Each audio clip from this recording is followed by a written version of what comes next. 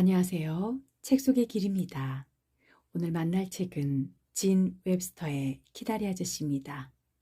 책 속의 길을 찾으러 떠나볼까요? 우울한 수요일. 매달 첫째 수요일은 그야말로 끔찍한 날이었다.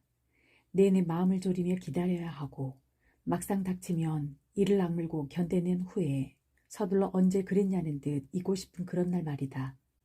바닥이란 바닥을 티끌 한 점 없이 청소하고 모든 의자를 얼룩자국 하나 눈에 띄지 않게 닦고 침대의 침구들도 주름 한 줄 없게 말끔히 정돈해야 했다. 어디 그뿐인가. 잠시도 가만히 있지 않고 꼼지락거리는 97명의 어린 고아들을 깨끗이 씻기고 머리를 빗겨서 빳빳하게 새로 포를 먹이 무명옷을 입혀야 했다. 그런 다음 97명 모두에게 예의 바르게 행동하라고 후원재단의 임원들께서 말을 건네시면 반드시 그렇습니다 선생님 또는 아닙니다 선생님 하고 대답하라고 거듭거듭 신신당부해야 했다. 무척 고된 시간이었다. 게다가 제루샤 에벗은 고아원 원생들 가운데 가장 나이가 많았기 때문에 힘든 일을 전부 도맡아 해야만 했다. 하지만 늘 그랬듯 이번 달 문제의 첫째 수요일도 마침내 그럭저럭 끝나가고 있었다. 제루샤는 고아원 손님들에게 대접할 샌드위치를 다 만들어 놓은 후 서둘러 식료품 저장실을 빠져나와 위층으로 올라갔다. 자신이 평소에 하던 일들이 남아있었던 것이다. 제루샤는 4살부터 7살까지의 꼬마 11명이 일렬로 늘어선 작은 침대를 하나씩 차지하고 생활하는 F방의 담당이었다. 그녀는 어린아이들을 불러 모아서 구겨진 옷매무새를 고쳐주고 코를 닦아주었다. 그러고 나서 저녁 식사 자리로 보내려고 한 줄로 세웠다. 아이들은 빵과 우유와 건자두 푸딩을 먹으며 행복한 30분을 보낼 기대에 들떠서 기꺼이 착착 줄을 섰다. 아이들이 멀어져가는 뒷모습을 보고 나서야 제루샤는 녹초가 된 몸으로 창가 자리로 가서 덜썩 주저앉았고 파르르 떨리는 관자놀이를 차가운 유리창에 지그시 갖다 댔다. 다들 제루샤를 불러대니까 새벽 5시부터 온종일 서 있었던 데다가 신경질적인 원장님이 야단치고 재촉하는 통에 몹시 지쳐 있었다. 원장인 리펜 여사는 후원재단의 임원들이나 여성 후원자들 앞에서는 온화하고 점잖은 태도를 보였지만 평소에는 꼭 그렇지만은 않았다. 제루샤는 창밖으로 넓게 펼쳐진 얼어붙은 잔디밭을 바라보았다. 그러다가 고아원의 경계를 표시하는 높은 철책 너머에 시선이 닿았고 굽이치는 산등성이를 따라 점점 뿌려놓은 듯한 시골 저택들을 지나 잎이 다 떨어져 가지가 앙상한 나무들 한가운데 솟아난 마을의 뾰족한 첨탑에 눈길이 머물렀다. 그날 하루가 저물어가고 있었다. 그것도 제루샤가 생각하기에 꽤 성공적으로 말이다. 후원재단에서 나온 모든 후원자들은 다 함께 고아원을 한 바퀴 돌아보고 보고서를 검토한 뒤 차를 마셨다. 이제 그들은 가족이 기다리는 각자의 따뜻하고 활기찬 집으로 돌아가려고 서두르고 있었다. 앞으로 한 달간은 성가신 고아원 일은 잊고 지낼 것이다. 제루샤는 몸을 앞으로 내밀어서 호기심과 동경이 가득 담긴 눈길로 고아원 정문을 미끄러져 빠져나가는 마차와 자동차의 행렬을 바라보았다. 맨 앞에 마차부터 차례대로 하나씩 따라가며 언덕을 따라 점처럼 늘어선 저택들로 향하는 상상에 빠져들었다. 자신이 모피 외투 차림에 깃털로 가장자리를 장식한 벨벳 모자를 쓰고 의자에 기대어 앉아 마부에게 무심한 말투로 집으로 라고 말하는 모습을 떠올렸다. 하지만 문 앞에 이르러 문턱을 넘으려고만 하면 상상 속 광경은 뿌얘졌다. 제루샤는 상상력이 풍부했다. 조심하지 않으면 그 상상력 때문에 난처한 일이 생길 것이라고 리펫 원장이 주의를 줄 정도였다.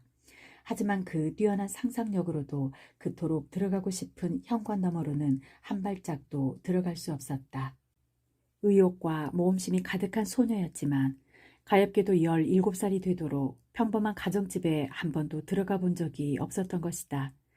제루샤는 고아들에게 시달리지 않고 살아가는 보통 사람들의 일상을 도무지 머릿속으로 그려낼 수가 없었다. 제루사의 벗 원장실에서 널 짜고 있어. 얼른 가보는 게 좋을 거야. 성가단원인 토미 딜런이 노래를 흥얼거리며 계단을 올라와 복도를 지나고 있었다. 토미가 F방에 가까이 다가올수록 노랫소리도 점점 커졌다. 제루샤는 창가 자리에서 내려와 고달픈 현실로 돌아왔다. 누가 날 찾니? 제루샤의 잔뜩 긴장한 목소리가 토미의 노랫소리를 끊었다. 원장실에서 리펫 원장님이 아무래도 화나신 것 같아. 아멘. 도미가 찬송과 흉내를 내며 나직하게 읊조렸지만 일부러 약을 올리는 것 같지는 않았다. 원생들 중에서 제일 얄미운 꼬마조차도 원장실로 불려가 화난 원장을 만날 위기에 처한 누나에게는 동정심이 일었다. 제루샤가 이따금 제 팔을 획 잡아당겨 코를 박박 문지르긴 했지만 토미는 제루샤를 좋아했다. 제루샤는 양미간에 주름을 두 줄 나란히 잡고서 자기가 뭘 잘못했는지 곰곰이 돌아보았다. 샌드위치가 너무 두꺼웠나? 땅콩 케이크에 껍데기가 들어갔나? 여성 후원자 중에 누군가가 수지 호손의 스타킹에 난 구멍을 봤나? 이런, 내가 담당한 F방의 철부지 아이 하나가 후원자님께 무리한 말을 한 걸까? 기다랑 1층 복도는 불이 꺼져 캄캄했다. 제루샤가 아래층으로 내려왔을 때 이사 한 명이 늦게까지 남아있었던지 열린 현관문 앞에서 차를 기다리고 서 있었다. 제루샤는 지나가면서 그의 키가 몹시 크다는 인상만 얼핏 받았다. 그가 대기하고 있던 자동차를 향해 손짓했다. 자동차가 정면에서 다가오자 눈부신 자동차 불빛에 그 사람의 그림자가 벽 위에 뚜렷이 드리워졌다.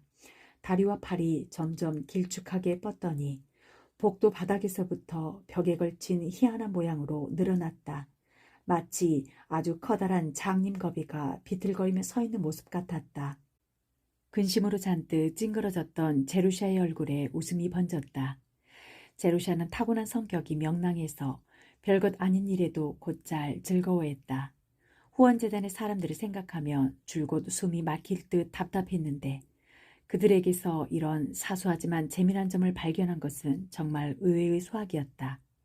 제루샤는 그 작은 사건으로 기분이 한결 좋아져서 원장실에 들어갔을 때 원장에게 미소를 지었다.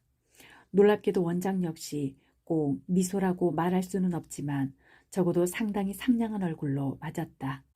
후원자들에게 보여주던 것만큼이나 즐거운 표정이었다. 앉거라 제루샤, 해줄 말이 있다. 제루샤는 옆에 의자에 앉아 숨죽인 채 다음 말을 기다렸다. 자동차의 불빛이 창문을 비추며 지나가자 리펫 원장이 그 뒷모습을 흘끗 보았다. 방금 떠난 신사분을 보았니? 뒷모습만 봤어요. 재단 이사님들 중에서도 손꼽히는 부자인데다가 우리 고아원에 엄청나게 많은 후원금을 내는 분이야. 성함은 말해줄 수 없다. 자신이 누군지 밝히지 않아야 한다는 조건을 분명히 내걸었으니까. 제루샤는 눈을 조금 더 크게 떴다. 원장과 함께 후원자의 엉뚱한 면에 대해 이야기를 나눈 적은 이제껏 단 한 번도 없었다. 그분은 우리 고아원의 남자아이들에게 관심을 주셨다. 찰스 벤턴과 해리 프리즈 기억나지? 그 애들 둘 다 미스터. 그게 바로 이분이 대학에 보내주셨어. 둘 다 열심히 공부하고 성공하는 걸로 그 많은 후원금에 보답했다. 다른 보답은 아무것도 바라지 않으셨어. 다만 그분은 오로지 남자아이들만 후원하셨다. 여자 원생 중에도 후원을 받을 자격이 충분한 아이들이 있었다고 아무리 설득해도 소용없었지. 아무래도 그분은 여자애들에겐 관심이 없는 것 같다. 그렇군요, 원장 선생님. 제루샤는 이쯤에서 뭐라도 반응을 해야 할 것 같아서 나직한 목소리로 대답했다. 오늘 정기회의에서 내 장래에 대한 이야기가 나왔다. 리펫 원장은 갑자기 말을 멈춰서 제루샤를 긴장시키더니 서서히 그리고 아주 침착하게 말을 이었다. 너도 알다시피 대개 16살이 되면 여길 나갔는데 넌 예외였다. 내가 우리 학교 과정을 14살에 마쳤고 공부도 제법 잘했기 때문에 마을에 있는 고등학교에 진학시켰지. 내 품행이 늘 바르다고 할 수는 없는데도 말이야. 이제 고등학교도 졸업할 테니 당연히 우리 고아원도 더 이상 내 뒷바라지를 할 책임이 없다. 넌 이미 다른 아이들보다 2년이나 더 머물렀으니까. 리페드 원장은 제루시아가 지난 2년간 이곳에 남아있는 대가로 열심히 일한 것, 학업보다 고아원 일을 우선순위로 둬야 하기 때문에 오늘 같은 날에는 아예 학교에 가지 못하고 고아원 청소를 담당했던 사실 따위는 안중에도 없었다. 아까도 말했듯이 내 장래 문제 때문에 내 성적을 검토했다. 하나도 빠짐없이 철저하게 말이야. 리페드 원장이 피고석에 앉은 죄인을 신문하듯 바라보자 제루시아는 죄 지은 사람 같은 표정을 지었다. 성적에서 눈에 띄는 오점이라도 따올라서가 아니라 왠지 그래야 할 것 같았다. 물론 내 처지 아이에게는 일자리를 마련해 주는 게 마땅한데 내가 특정 과목들의 성적이 꽤 좋고 특히 영어 성적이 매우 우수하더구나. 우리 고아원의 시찰위원이자 교육위원회 소속이기도 한 프리처드 양이 내 장문 선생님과 이야기를 나눠봤는데 너를 좋게 평가하셨다더구나. 내가 쓴 우울한 수요일이라는 수필까지 크게 읽어주셨어. 제루샤는 다시 죄인 같은 얼굴을 냈다. 이번에는 일부러 꾸민 것이 아니었다. 내가 봤을 때 넌 이제껏 많은 은혜를 베푼 고아원에 대해 감사 마음을 갖기는커녕 웃음거리로 만들었더구나. 내용이 재밌었기에 망정이지. 안 그랬으면 넌 용서받지 못했을 거야. 하지만 내가 운이 좋았는지 미스터. 그러니까 방금 떠난 신사부는 엄청난 유머 감각을 지니신 모양이다. 그런 건방지기 짝이 없는 글을 보고 널 대학에 보내주겠다고 제안하시다니 말이지. 대학에요? 제루시아의 눈이 휘둥그레졌다. 리페드 원장이 고개를 끄덕였다. 그분은 남아서 나와 몇 가지 조건들을 더 상의하셨다. 특이한 조건들이야. 확실히 그 신사부는 별난 구석이 있으신 것 같다.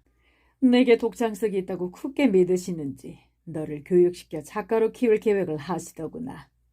작가라고요? 제루시아는 순간 멍해져서 리페드 원장의 말을 그대로 따라하고만 있었다. 그게 그분이 원하는 조건이야. 앞으로 어떻게 될지는 두고 봐야겠지. 그분이 내게 많은 돈을 주실 게다. 용돈을 관리해본 경험이 한 번도 없는 너에게는 지나칠 정도로 큰 액수야. 하지만 어찌나 상세하게 계획을 짜놓으셨는지 내 생각을 내비치기가 어렵더구나. 그러니 올 여름까지 이곳에서 지내면서 진학 준비를 하거라. 친절한 프리처드 양이 도와주실 거야. 기숙사비와 등록금은 대학으로 바로 지불되고 내게는 매달 35달러의 용돈이 4년간 전달된다. 그 정도면 다른 학생들과 비슷한 수준은 유지할 수 있어. 용돈은 그분의 개인 비서가 한 달에 한 번씩 전달할 텐데 너는 그에 대한 보답으로 한 달에 한 번 편지를 써야 한다. 용돈 감사하다거나 하는 말 말고 그런 말을 듣고 싶어 하시지는 않을 테니까. 공부를 잘 하고 있는지, 매일 어떻게 생활하고 있는지를 세세하게 쓰면 돼. 내게 부모님이 계시다면 그분들에게 보냈을 그런 편지 말이야. 편지 겉봉에 존 스미스 씨 앞이라고 써서 비서를 통해 전달하거라. 그분의 성함은 물론 존 스미스 씨가 아니지만 이름을 밝히고 싶어 하시지 않으시니 넌 그냥 그분을 존 스미스 씨라고 생각하면 된다. 그분이 편지를 쓰라는 이유는 문장력을 기르는데 편지만한 게 없다고 보시기 때문이야. 내게는 편지를 주고받을 가족이 없으니 이런 식으로라도 쓰라는 것이지. 게다가 내가 성장해 가는 것도 지켜보고 싶으실 테고 그분은 절대 답장하거나 편지를 받았다는 표시도 하지 않으실 거야. 편지 쓰기도 질색이거니와 너 때문에 부담을 느끼고 싶지도 않으시니까.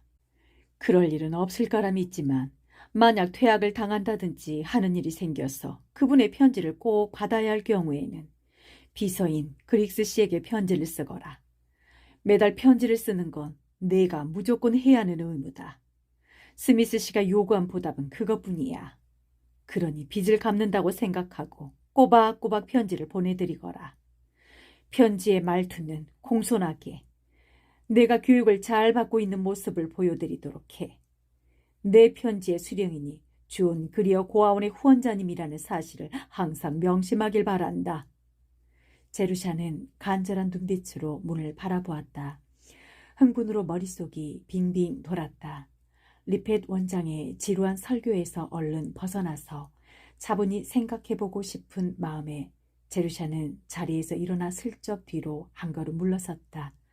리펫 원장은 그대로 멈춰서라는 손짓을 냈다. 모처럼 연설하기 좋은 기회를 놓칠 수는 없었다. 이렇게 드문 행운을 갖게 된 것에 고맙게 생각하고 있겠지. 너 같은 처제 여자애들에게 이렇게 출세할 기회가 생기는 것은 좀처럼 쉽지 않은 일이야. 항상 명심해야 할 건. 네, 원장 선생님 고맙습니다. 말씀 끝나셨으면 전 이만 돌아가서 프레디 퍼킨스의 바지를 마저 기워야겠어요. 리펫 원장은 문을 닫고 나가는 제루샤의 뒷모습을 입을 떡 벌린 채로 바라보았다. 아직 채 끝내지 못한 말들이 허공을 맴돌았다. 제루사 에번 양이 키다리 아저씨 스미스 씨에게 보내는 편지. 퍼거슨 기숙사 215호 9월 24일 고아를 대학에 보내주신 친절한 후원자님께 드디어 대학에 도착했습니다. 어제 4시간이나 기차를 타고 왔습니다. 무척 신났어요. 기차를 처음 타봤거든요. 대학은 정신을 차릴 수 없을 만큼 엄청나게 넓은 곳이네요. 방을 나설 때마다 길을 잃어요. 나중에 좀 적응이 되면 자세하게 쓰겠습니다. 학업에 대해서도요. 수업은 월요일 아침에 시작하는데 지금은 토요일 밤이라서요. 그래도 아저씨께 먼저 인사라도 드리고 싶어서 이렇게 편지를 씁니다. 누군지도 모르는 분께 편지를 쓰려니 기분이 이상해요. 하긴 제게는 편지 쓰기 자체가 어색한 일입니다. 편지라고는 태어나서 서너 번밖에 써본 적이 없으니까요. 그러니 제 편지가 모범답안이 아니더라도 너그럽게 봐주셨으면 합니다. 어제 아침 고아원을 떠나기 전에 리페드 원장님과 매우 진지한 대화를 나누었습니다. 원장님은 제가 앞으로 살아가면서 어떻게 처신해야 할지, 특히 제게 이렇게 큰 은혜를 베풀어 주시는 친절한 신사분을 어떻게 대해야 하는지 말씀해 주셨습니다. 커다란 존경심을 가져야 한다고 하셨어요. 하지만 자신을 존 스미스라고 불러달라는 분에게 어떻게 커다란 존경심을 가질 수 있을까요? 어째서 조금이라도 개성 있는 이름을 고르지 않으셨어요? 꼭 제가 친애하는 말뚝씨나 그리운 옷걸이 씨에게 편지를 쓰는 것만 같았습니다. 올여름 내내 아저씨에 대해 많은 생각을 했습니다. 이제껏 혼자 외롭게 살아온 저에게 관심을 주는 누군가가 있다고 생각하니 마치 잃어버렸던 가족을 찾은 것 같은 기분이 들어요. 이제 저도 어느 가족의 구성원이 된 것만 같아 마음이 아주 편안합니다. 그런데 아저씨를 떠올릴 때 제 상상력이 제대로 발휘되지 않는다는 사실을 말씀드려야겠습니다. 아저씨에 대해 제가 알고 있는 건 3가지뿐이니까요. 첫 번째, 아저씨는 키가 크다. 두 번째, 아저씨는 부자다. 세 번째, 아저씨는 여자애들을 싫어한다. 아저씨를 여자애를 싫어하는 분이라고 불러야 하나 생각했는데 그건 제 자신을 모욕하는 일입니다. 부자 아저씨라고 부를까도 싶지만 그건 아저씨를 모욕하는 일입니다. 마치 아저씨에 관해서 중요한 점이 오로지 돈뿐인 것처럼 들리니까요. 게다가 부유함은 본질적인 특성도 아닙니다. 아저씨가 평생 부자로 살지 못할 수도 있어요. 아주 똑똑한 남자들이 윌 스트리트에서 파산하는 경우도 많잖아요. 하지만 아저씨 키는 틀림없이 앞으로 계속 크겠죠? 그래서 저는 아저씨를 키다리 아저씨라고 부르겠습니다. 싫어하지 않으시면 좋겠어요. 또 이건 아저씨와 저만 하는 애칭이니까 리펫 원장님께는 비밀로 해요. 2분 후에 10시를 알리는 종이 울릴 거예요. 이곳의 일과는 종소리로 나뉜답니다. 우리는 종소리에 따라 먹고 자고 공부해야 해요. 이곳 분위기가 어찌나 활기찬지 내내 소방차를 끄는 말이 된 기분이에요. 아, 종이 울렸어요. 불을 꺼야 해요. 안녕히 주무세요. 제가 얼마나 규칙을 잘 지키는지 봐주세요. 존 그리어 고아원에서 훈련받은 덕분이랍니다. 존경하는 마음을 담아 제루샤 에벗 올림. 10월 1일 키다리 아저씨께 저는 대학 생활을 정말 사랑해요. 그래서 저를 이곳에 보내주신 아저씨께 깊이 감사드려요. 정말 행복하고 매 순간이 너무 신나서 잠을 못 이룰 정도랍니다. 이곳이 존 그리어 고아원과 얼마나 다른지 상상도 못 하실 거예요. 예전에는 세상에 이런 곳이 있는 줄도 몰랐는데 지금은 여자가 아니라서 이곳에 올 수 없는 사람들이 가엾어요. 아저씨가 학생 때 다녔던 대학교도 이 정도로 멋지지 않았을걸요? 제 방은 높은 건물의 위쪽에 있어요. 새 병동을 짓기 전까지 전염병 환자들을 수용하던 병동이었다는데 같은 층에 저 말고도 여학생 3명이 더 있습니다. 안경을 쓴 4학년 선배는 늘 우리에게 좀 조용히 해달라고 말해요. 다른 2명은 저처럼 신입생으로 셀리 맥브라이드와 줄리아 너틀리지 펜들턴입니다. 셀리는 빨강머리에 들창코인데 아주 부침성이 좋아요. 줄리아는 뉴욕 명문가 출신이라서 그런지 저랑은 아직 아는 체도 하지 않아요. 셀리와 줄리아가 한 방을 쓰고 4학년 선배와 저는 1인실을 씁니다. 보통 신입생은 1인실을 주지 않는데요. 1인실이 몇 개 없거든요. 하지만 저는 부탁하지도 않았는데 1인실을 차지하게 되었습니다. 아마도 교무처에서 정상적인 집안에서 자란 여학생이 고아와 함께 방을 쓰는 건 옳지 못한 처사라고 판단한 게 아닐까요? 고아라서 좋을 때도 있네요. 제 방은 북서쪽 모퉁이인데 창문이 2개나 있어서 전망이 꽤 좋아요. 18년 동안 20명의 아이들과 함께 방을 쓰다가 혼자 지내니 무척 평온합니다. 그 덕분에 처음으로 제루샤 에벗과 사귈 기회가 생겼어요. 전 그 아이를 좋아하게 될 것 같아요. 아저씨도 그럴 것 같으세요? 화요일, 신입생 농구팀을 만들고 있는데 제가 뽑힐 것 같아요. 전 몸집은 작지만 꽤 빠르고 야무진 데다가 끈질긴 구석이 있거든요. 다른 친구들이 공중으로 뛰어오르는 동안 저는 그 애들 발밑에서 요리조리 피해 다니며 공을 잡을 수 있어요. 나무들이 온통 울긋불긋 물들고 낙엽 태우는 냄새가 공중을 가득 채우는 오후에 운동장에 나가서 다 같이 웃고 소리 지르며 연습하는 게 굉장히 즐겁습니다. 이렇게 행복한 여자애들은 처음 보았어요. 그 중에서도 제가 가장 행복한 여자애입니다. 지금 제가 배우는 것들을 모두 담은 긴 편지를 쓸 생각이었는데 리펫 원장님께서 아저씨가 알고 싶어 하신다고 들었거든요. 방금 7시를 알리는 종이 울려서 10분 안에 체육복으로 갈아입고 운동장으로 나가야 해요. 아저씨도 제가 농구팀에 들어갈 것 같으세요? 언제나 아저씨의 제루샤 에벗 올림. 추신. 지금은 밤 9시예요. 방금 셀리 맥브라이드가 제 방문에 머리를 불쑥 들이밀더니 이렇게 말했어요. 집이 너무 그리워서 도저히 못 견디겠어. 너도 그러니? 저는 싱긋 웃으며 아니라고 말했죠. 잘 견뎌낼 수 있을 것 같다고요. 적어도 향수병만큼은 제가 걸릴 일이 없잖아요. 고아원을 그리워하는 사람 이야기는 들어본 적이 없어요. 아저씨는요? 10월 10일 키다리 아저씨께. 미켈란젤로라고 들어보셨나요? 중세 이탈리아에 살았던 유명한 화가라고 합니다. 영문학 수업을 듣는 학생들 모두가 그 사람을 알고 있더라고요. 그래서 제가 미켈란젤로가 대천사가 아니냐고 말했을 때 강의실 전체가 웃음바다가 되어버렸어요. 미켈란젤로 대천사, 비슷하게 들리지 않나요? 대학 생활에서 힘든 점은요. 한 번도 들어본 적이 없는 수많은 것들을 저도 당연히 알겠거니 여기는 거예요. 가끔은 무척 당황스러워요. 하지만 이제는 요령이 생겨서 다른 학생들이 생소한 말을 하면 가만히 듣고 있다가 나중에 백과사전에서 찾아봅니다. 첫날 실수는 정말 끔찍했죠. 누군가 벨기에의 시인이자 극작가인 모리스 마테를링크에 대해 언급했는데 제가 그만 그 사람이 신입생이냐고 물었어요. 그 소문이 온 대학에 퍼졌지 뭐예요. 하지만 어쨌거나 수업 시간에는 저도 다른 학생들 못지않게 똑똑합니다. 몇몇 학생들보다는 훨씬 더 똑똑하고요. 제 방을 어떻게 꾸몄는지 말씀드릴까요? 갈색과 노란색을 조화시켰어요. 벽이 옅은 담황색이어서 노란 무명 커튼과 쿠션을 샀고 3달러의 마호가니 책상과 등나무 의자, 또 가운데 잉크 얼룩이 있는 갈색 양탄자를 놓았습니다. 창이 높아서 의자에 앉아서는 창밖을 내다볼 수가 없어요. 그래서 서랍장에 붙은 거울을 떼고 천을 덮어 씌워서 창가로 옮겼지요. 창가에서 걸터 앉아 있기에 딱 알맞은 높이랍니다. 서랍을 빼내어 계단처럼 디디고 올라갈 수도 있어요. 정말 편해요. 셀리 맥브라이드가 졸업반 경매에서 물건을 고르는 걸 도와주었어요. 셀리는 줄곧 부모님 집에서 자랐기 때문인지 방을 장식하는 방법을 잘 알아요.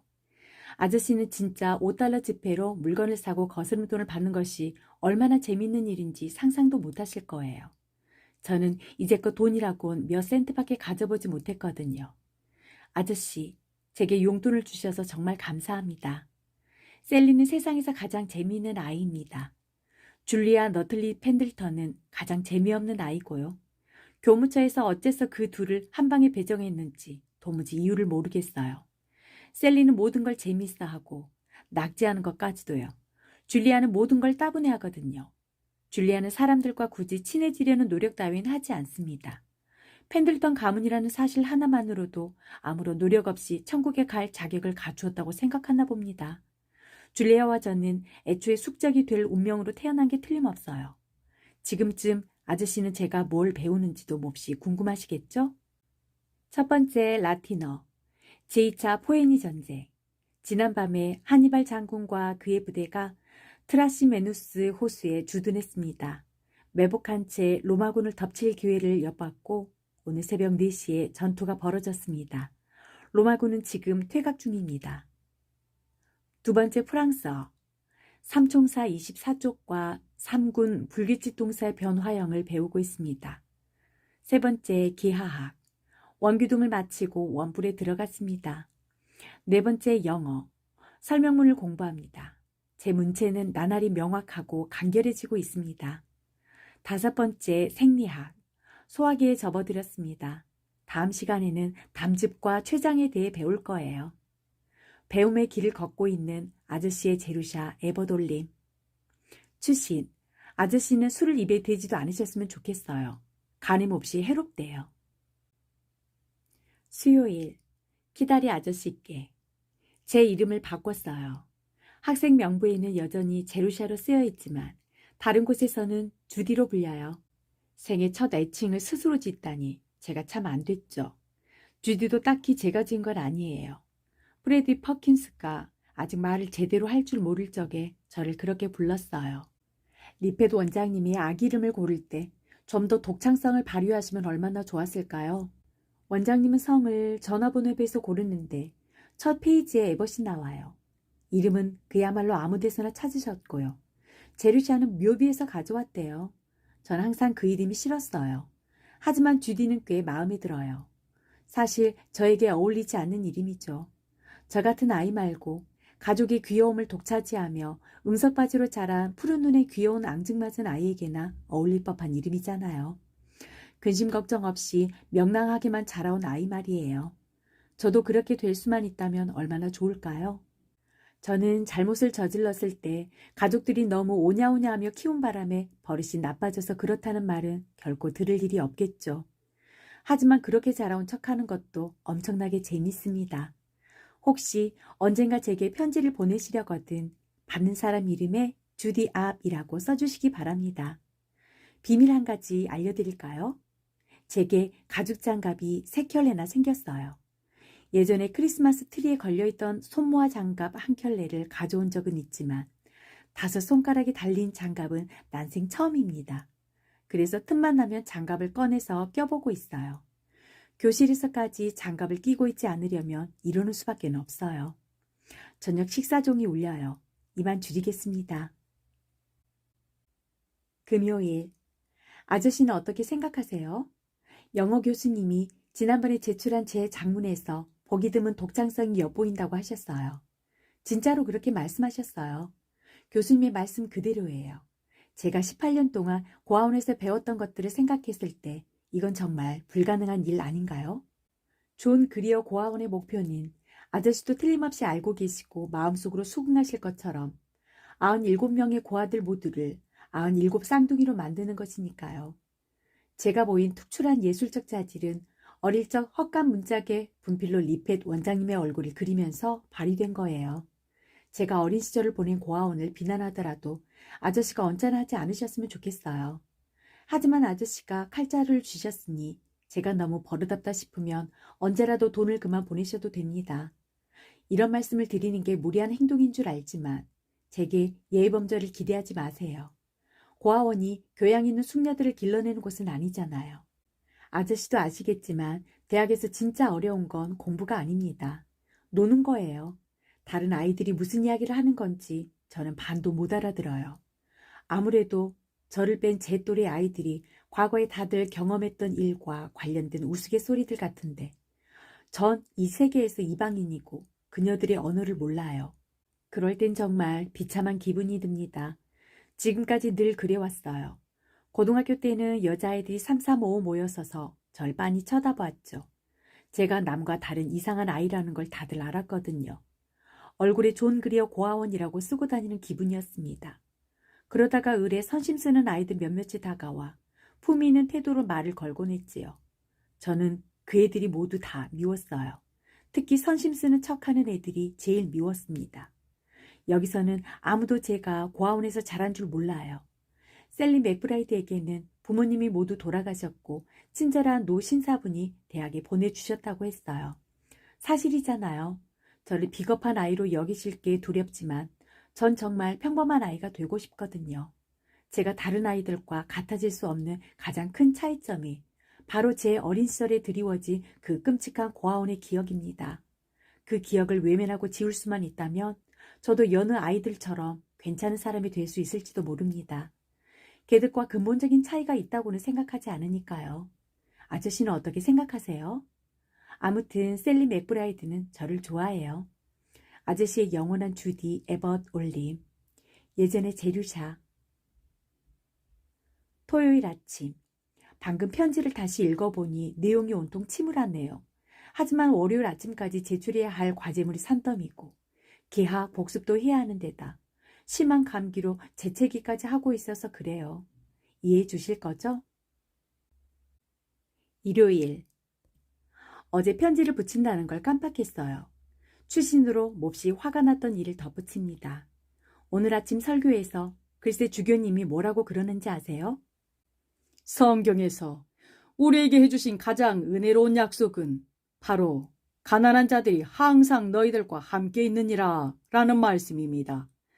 가난한 자들을 이 땅에 만드신 이유는 우리로 하여금 자비로운 마음을 갖게 하기 위함입니다. 잘 들어보세요. 가난한 사람들은 일종의 쓸모있는 가축이라는 거잖아요. 제가 이렇게 나무랄 데 없는 숙녀로 자랐기에 망정이지. 안 그랬으면 예배가 끝나는 대로 강단으로 뛰어 올라가 주교님께 제 생각을 똑똑히 말했을 거예요. 10월 25일 키다리 아저씨께. 제가 농구팀에 들어갔어요. 왼쪽 어깨에 생긴 멍을 아저씨께도 보여드리고 싶네요.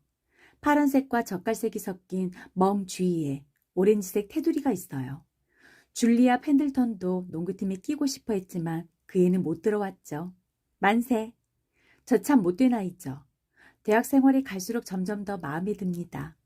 친구들, 교수님들, 수업, 캠퍼스, 음식까지 전부 다 좋아요. 아이스크림이 일주일에 2번 나오고 옥수수 죽 따위는 한 번도 나온 적이 없답니다. 아저씨는 제 편지를 한 달에 한 번만 받겠다고 하셨죠? 그런데도 저는 사흘이 멀다 하고 아저씨께 편지를 보냈네요. 이 모든 새로운 모험들에 잔뜩 들떠서 누구에게라도 털어놓지 않고는 도저히 견딜 수가 없었어요. 제가 아는 유일한 대상이 아저씨잖아요. 그러니 빗발치는 제 편지를 이해해 주세요. 조금만 지나면 진정할 테니까요. 제 편지가 너무 성가시면 언제라도 쓰레기통에 던져버리셔도 돼요. 11월 중순까지는 편지를 쓰지 않겠다고 약속드립니다. 최고의 수다쟁이 주디 에벗 올림. 11월 15일 키다리 아저씨께. 제가 오늘 배운 것인데 들어보세요. 정각 뿔대의 옆면의 넓이는 두 밑면의 길이의 합의 사다리꼴의 높이를 곱한 것의 2분의 1과 같다. 진짜로 그럴 것 같지 않은데 사실입니다. 제가 증명할 수도 있어요. 제 옷에 대해서는 아직 말씀드린 적이 없지요? 드레스가 6벌이나 있는데 다 새 것이고 아름답고 무엇보다도 모두 제 것으로 산 거예요. 남이 입다가 작아서 못 입는다고 물려준 옷이 아니에요. 고아의 삶에서 이게 얼마나 황홀한 경험인지 모르시죠? 제게 이런 기쁨을 주신 아저씨께 정말 진심으로 감사드립니다. 교육을 받는다는 건 좋은 일이죠. 하지만 새 드레스를 6벌이나 가지는 현기증 나게 짜릿한 경험과는 비교도 안 된답니다. 고아원 시찰위원인 프리처드 선생님이 옷을 골라주셨어요. 리펫 원장님이 아니라서 천만 다행이지 뭐예요. 비단에 분홍 모슬린을 겹친 이브닝 드레스. 그걸 입으면 정말 예뻐 보여요.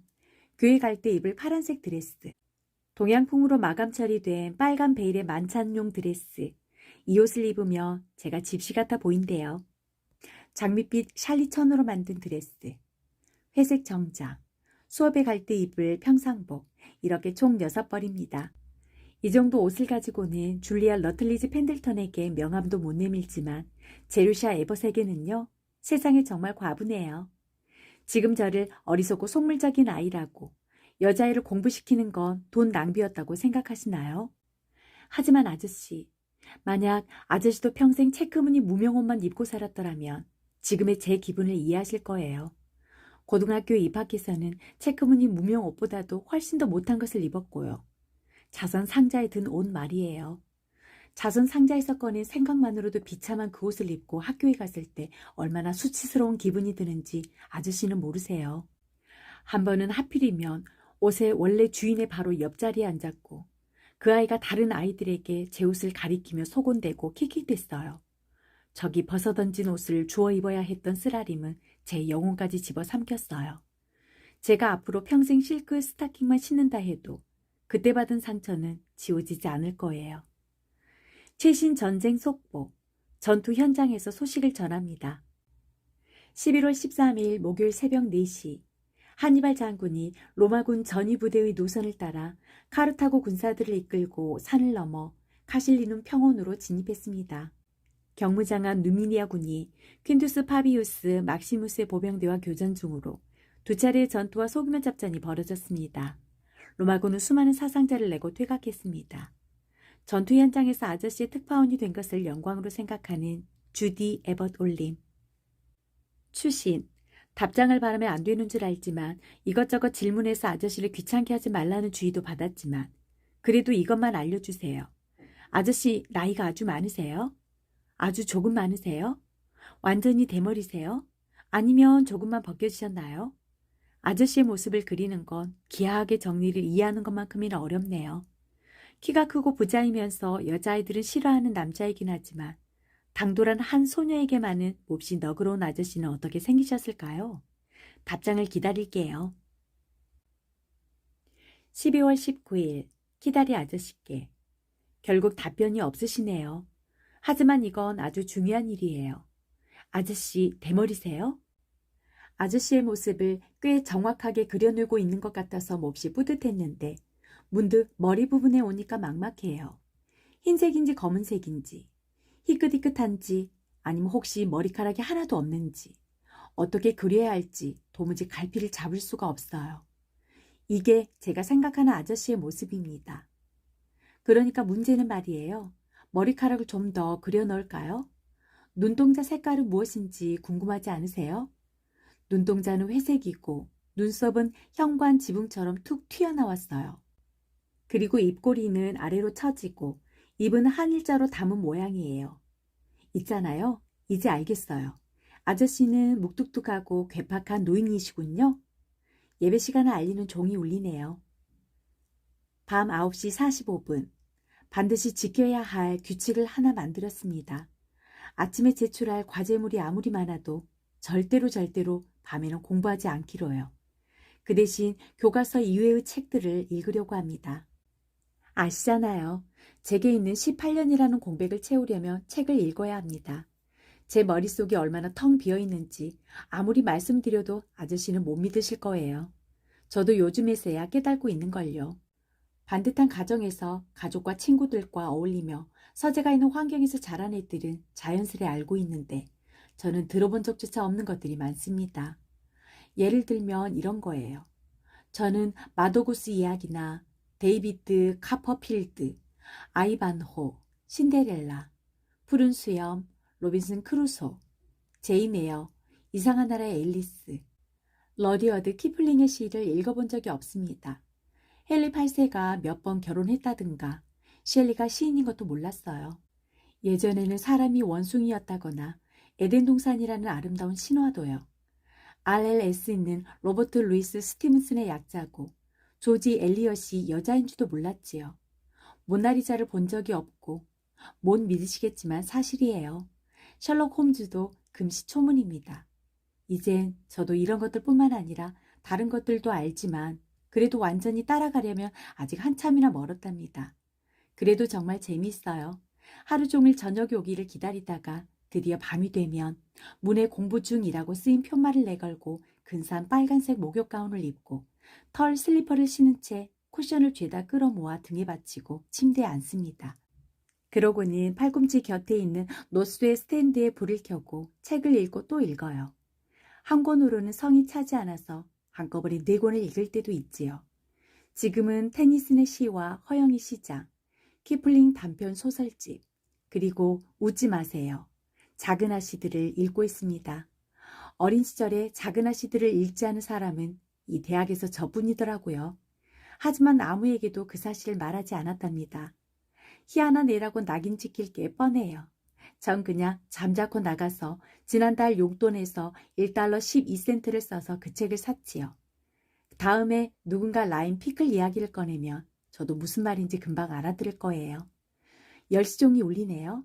편지를 쓰는 동안 자꾸 방해를 받아서요. 토요일, 존경하는 선생님. 기하 과목에서 새로운 탐구를 하고 있음을 삼가 아뢰입니다. 지난 금요일 수업 시간에는 이전에 배우던 직 육면체를 끝마치고 각불대로 접어들었습니다. 학문의 길은 멀고도 험합니다. 일요일, 다음 주부터 크리스마스 방학이 시작되니까 다들 짐을 싸느라 분주하네요. 덕분에 복도를 가득 메운 여행 가방 사이를 아슬아슬하게 비껴 지나다닌답니다. 모두들 잔뜩 들떠서 공부가 머리에 들어오지 않는데요. 저도 이번 방학을 즐겁게 보낼 겁니다. 저 말고도 신입생 한 명이 집이 텍사스라서 학교에 남아있게 되었는데 함께 멀리 산책도 나가고 얼음이 얼면 스케이트도 타기로 했어요.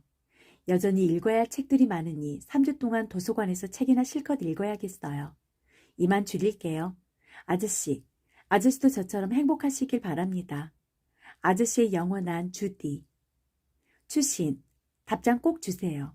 쓰기 귀찮으시며 비서를 시켜 전보를 치셔도 돼요. 그냥 이렇게만요. 스미스 씨는 완전한 대머리임. 혹은 스미스 씨는 대머리가 아님. 아니면 스미스 씨는 백발임. 그리고 제 용돈에서 전보요금 25센트를 빼세요. 1월까지 안녕히 계세요. 그리고 즐거운 크리스마스 보내세요. 크리스마스 방학이 끝나가는 어느 날, 정확한 날짜는 모름. 키다리 아저씨께. 아저씨가 계신 곳에도 눈이 내리고 있나요?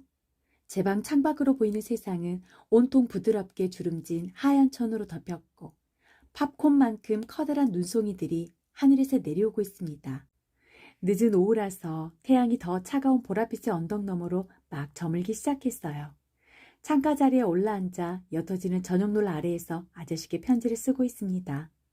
보내주신 금화 5잎을 보고 깜짝 놀랐어요. 크리스마스 선물을 받아본 적이 없거든요. 이미 저에게 많은 것들을 주셨기에 제가 가진 이 모든 것을요. 따로 선물을 더 주실 거라고는 생각도 못했어요. 하지만 이번 선물도 정말 마음에 쏙 듭니다. 제가 그 돈으로 무엇을 샀는지 궁금하시죠? 첫 번째, 가죽 상자에 든 은시계. 손목에 차고 수업 시간에 늦지 않게 가려고요. 두 번째, 매튜 아놀드의 시집. 세 번째, 보온병. 네 번째, 무릎 담요. 제 방이 추워요. 5번째, 원고지 500장. 이제 슬슬 작가가 될 준비를 해야죠. 6번째, 동의어 사전. 작가로서 어휘력을 높이고 싶어요. 7번째, 마지막 건 별로 밝히고 싶지 않지만 말씀드리죠 뭐. 실크 스타킹 한 켤레. 그러니까 아저씨, 제가 숨기는 게 있다고 생각하지 마세요. 정 알고 싶으시다면 말씀드릴게요. 실크 스타킹을 산 이유는 사실 좀 유치해요. 줄리아 펜들턴이 기하 공부를 하러 매일 밤 제 방에 와서는 침대 위에 다리를 꼬고 앉거든요. 실크 스타킹을 신고서요. 그러니 두고 보세요. 방학이 끝나고 줄리아가 기숙사로 돌아오면 저도 실크 스타킹을 신고 그의 방에 가서 침대에 다리를 꼬고 앉을 거예요. 저 정말 한심한 아이죠? 하지만 적어도 저는 정직해요. 제 고아원 기록을 보셨을 테니 제가 완벽하지 않다는 건 이미 알고 계시리라 생각합니다. 개괄하자면 영어 교수님이 하나 걸러 한 문장마다 쓰는 표현이에요. 저는 이 7가지 선물들에 몹시 감사하고 있습니다. 캘리포니아에 있는 내 가족이 보낸 선물이라는 상상에 빠져 있어요. 시계는 아빠가, 무릎 담요는 엄마가, 보온병은 이런 기후에 제가 감기라도 걸릴까봐 늘 걱정하시는 할머니가, 노란 원고지는 어린 동생 해리가 보냈다고요. 언니 이사벨은 실크 스타킹을 주었고, 수잔 숙모는 매튜 아놀드의 시집을, 해리 삼촌은 동생 이름은 삼촌 이름에서 땄어요. 사전을 보냈지요. 삼촌은 원래 초콜릿을 주려고 하셨지만 제가 동의어 사전을 고집했거든요. 아저씨도 이 복잡되는 가족의 일원이 되는데 반대하지 않으시죠? 자, 이제 저의 방학에 대해 말씀드려도 될까요? 아니면 아저씨는 제 학업 같은 것에만 관심이 있으신가요? 같은 것? 이라는 말에 담긴 미묘한 의미를 알아주시면 좋겠어요. 제가 최근에 배운 단어거든요. 집이 텍사스인 신입생은 레오노라 펜턴이에요. 제루샤만큼이나 웃긴 이름이죠. 전 그 애가 좋아요. 하지만 셀리 맥브라이드만큼은 아니지요. 그 어떤 누구도 셀리만큼 좋을 수는 없어요. 물론 아저씨는 빼고요. 언제나 제가 제일 좋아하는 사람은 아저씨랍니다. 아저씨는 제 가족 전부를 합한 분이니까요. 저와 레오노라 2학년생 2명이 날씨가 좋은 날마다 산책을 나가서 학교 근처를 다 돌아보았어요. 짧은 치마와 니트 재킷 차림에 모자를 쓰고 하키 스틱을 들고서 이것저것 걸리는 대로 세게 치고 다녔죠. 6km나 떨어진 마을까지 걸어가서 여대생들이 저녁을 먹으러 주로 가는 식당에 간 적도 있어요. 구운 바닷가지에 35센트를 주고 먹었고 후식으로 메이플 시럽을 뿌린 메밀 케이크 15센트짜리를 먹었어요. 영양 만점에 가격도 저렴한 식사였어요. 얼마나 즐거웠는지요. 특히 제가요. 고아원가는 완전히 딴판이었거든요. 교정을 벗어날 때마다 탈옥수라도 된 듯한 기분이었어요. 그런데 저는 그런 기분들을 생각을 끝내기도 전에 말로 툭 내뱉었어요. 무심코 비밀이 탄로날 뻔해서야 겨우 수습한 적이 한두 번이 아니에요. 제게는 속내를 모두 털어놓지 않는 것이 무척 힘들어요.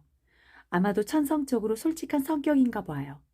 들어줄 아저씨마저 안 계셨더라며 저는 진즉 폭발해 버렸을 거예요. 지난 금요일 저녁에는 닭밀사탕을 만들었습니다. 퍼거슨 기숙사의 사감 선생님이 방학에 기숙사에 남은 학생들을 위해 준비한 행사였어요. 1학년생부터 4학년생까지 총 22명이 모여서 화기애애한 속에서 서로 도와가며 사탕을 만들었어요. 주방은 꽤 넓었고 돌로 장식한 벽에 구리 냄비와 주전자가 줄지어 걸렸는데 글쎄 제일 작은 냄비가 빨래 삶는 손만 했어요. 퍼거슨 기숙사에 사는 여학생이 400명이나 되니까 그럴 수밖에요. 흰 모자를 쓰고 흰 앞치마를 두른 주방장 아저씨가 어디서 그 많은 걸 구했는지 모자와 앞치마를 22개나 가져오셨지 뭐예요. 그래서 우리도 모두 요리사 차림을 했답니다. 사탕 만들기는 정말 재미있었어요. 맛은 그저 그랬지만요. 마침내 사탕이 완성될 무렵에는 우리 몸이며 주방이며 문 손잡이까지 온통 끈적거렸어요. 우리는 모자와 앞치마를 그대로 두른 채 각자 큰 포크나 숟가락 또는 프라이팬을 들고 줄지어 교무실로 행진했답니다. 교수님과 선생님들 대여섯 분이 조용히 저녁 시간을 보내고 계셨어요. 우리는 교가를 부른 후 닭밀 사탕을 대접했습니다. 그분들은 정중하게 사탕을 받으셨지만 어쩐지 미심쩍은 표정이 역력했지요. 닭밀 사탕 덩어리를 입에 물고 끈적거려서 아무 말도 못하는 그분들을 뒤로하고 교무실을 나왔어요. 아저씨, 제 경험이 하루가 다르게 쌓여가는 게 보이세요? 아무래도 제가 작가 대신 화가가 되어야 할 것 같지 않나요? 이틀 후면 방학이 끝나요. 친구들을 다시 만날 생각에 기쁩니다. 지금은 기숙사가 조금 쓸쓸해요. 400명이 있던 곳에 9명만 남아 제잘거리고 있으니까요. 편지를 11장이나 썼네요. 가엾은 아저씨, 편지를 읽느라 피곤하시겠어요. 짤막한 감사 편지를 쓰려던 것뿐이었는데 펜만 들면 정신없이 써 내려가게 돼요. 안녕히 계세요. 그리고 저를 생각해 주셔서 감사합니다. 수평선 위에 떠있는 작은 먹구름 한 조각 빼면 저는 완벽하게 행복합니다. 2월에 시험이 있거든요. 사랑을 보내며 주디 올림. 추신. 사랑을 보낸다가 버릇없는 표현일까요? 그렇다면 용서해 주세요. 하지만 저는 누군가를 사랑해야만 하는데 아저씨와 리펫 원장님 중에서 골라야 하거든요. 그러니 아시겠죠? 아저씨가 참아주세요. 전 원장 선생님은 사랑할 수가 없어요. 시험 전날 밤 키다리 아저씨께 이곳 대학이 얼마나 죽기 살기로 공부를 시키는지 아저씨도 아셔야 해요. 방학이라는 게 있었는지도 까맣게 잊어버렸습니다. 지난 나흘간 불기주 동사 57개를 제 머릿속에 쑤셔 넣었어요. 제발 시험이 끝날 때까지 남아있길 간절히 바라봅니다. 교과서를 다 배우면 팔아버리는 학생들도 있지만 저는 간직할 생각이에요. 그러면 졸업 후에도 제가 공부한 것들을 책장에 한 줄로 모셔놓고 필요할 때 언제든 곧바로 찾아볼 수 있으니까요. 그것이 제 머릿속에 기억하려고 애쓰는 것보다 훨씬 편하고 정확한 방법일 거예요. 줄리아 펜들턴이 오늘 저녁 얼굴 보러 들른다며 제 방에 왔다가 꼬박 1시간이나 있다가 돌아갔습니다. 걔가 가족 이야기를 꺼냈는데 좀처럼 화제를 돌릴 수가 없었어요. 글쎄 제 어머니의 처녀 시절 성이 뭐냐고 묻잖아요. 고아에게 그런 무리한 질문이 어디 있어요? 도저히 모른다고 말할 용기가 나지 않아서 비참한 심정으로 그냥 처음 떠오른 성을 말했죠. 몽고메리라고요. 그랬더니 또 매사추세츠의 몽고메리 가문인지 버지니아의 몽고메리 가문인지를 묻지 않겠어요? 줄리아의 어머니는 리더포드 가문이래요. 그 가문은 노아의 방주를 타고 왔고 헨리 8세와 인척 관계래요. 아버지 쪽은 아담보다도 더 오래된 가문이라나요? 줄리안의 족보 맨 위에는 필시 아주 부드러운 털과 유난히 꼬리가 긴 혈통 좋은 원숭이가 자리 잡고 있을 거예요. 오늘 밤에는 아저씨를 재미있고 기운차고 즐겁게 해드릴 편지를 쓰려고 했는데 너무 졸리네요. 시험 때문에 걱정도 되고 신입생의 생활이 마냥 행복하기만 한 건 아니네요. 시험이 코앞으로 다가온 주디 에벗 올림. 일요일 사랑하는 키다리 아저씨께 몹시 끔찍하고 나쁜 소식을 하나 전해야 하는데 그걸로 편지를 시작하진 않을래요. 우선 아저씨를 즐겁게 해드리고 싶어요. 제루샤 에벗이 드디어 작가로 인정받기 시작했답니다. 나의 탑에서라는 제목의 시가 교지 2월에 실렸어요. 그것도 첫 페이지예요. 신입생으로서 여간 영광스러운 일이 아니에요. 어젯밤 예배를 마치고 나오는데 영어 선생님이 절 불러 세우시더니 지나치게 긴 6번째 행만 빼고는 매력적인 작품이라고 칭찬해 주셨어요. 아저씨가 읽고 싶으실까봐 한 장 베껴서 동봉합니다. 뭐 또 즐거운 일이 없었나? 있었어요. 스케이트를 배우고 있는데 이제는 혼자서도 제법 잘 탑니다. 체육관 지붕에서 줄을 타고 내려오는 법도 배웠고 110cm나 되는 가로대도 뛰어넘을 수 있어요. 조만간 120cm까지도 넘을 수 있을 거예요. 오늘 아침에는 엘라베마에서 오신 주교님께 무척 인상적인 설교를 들었어요.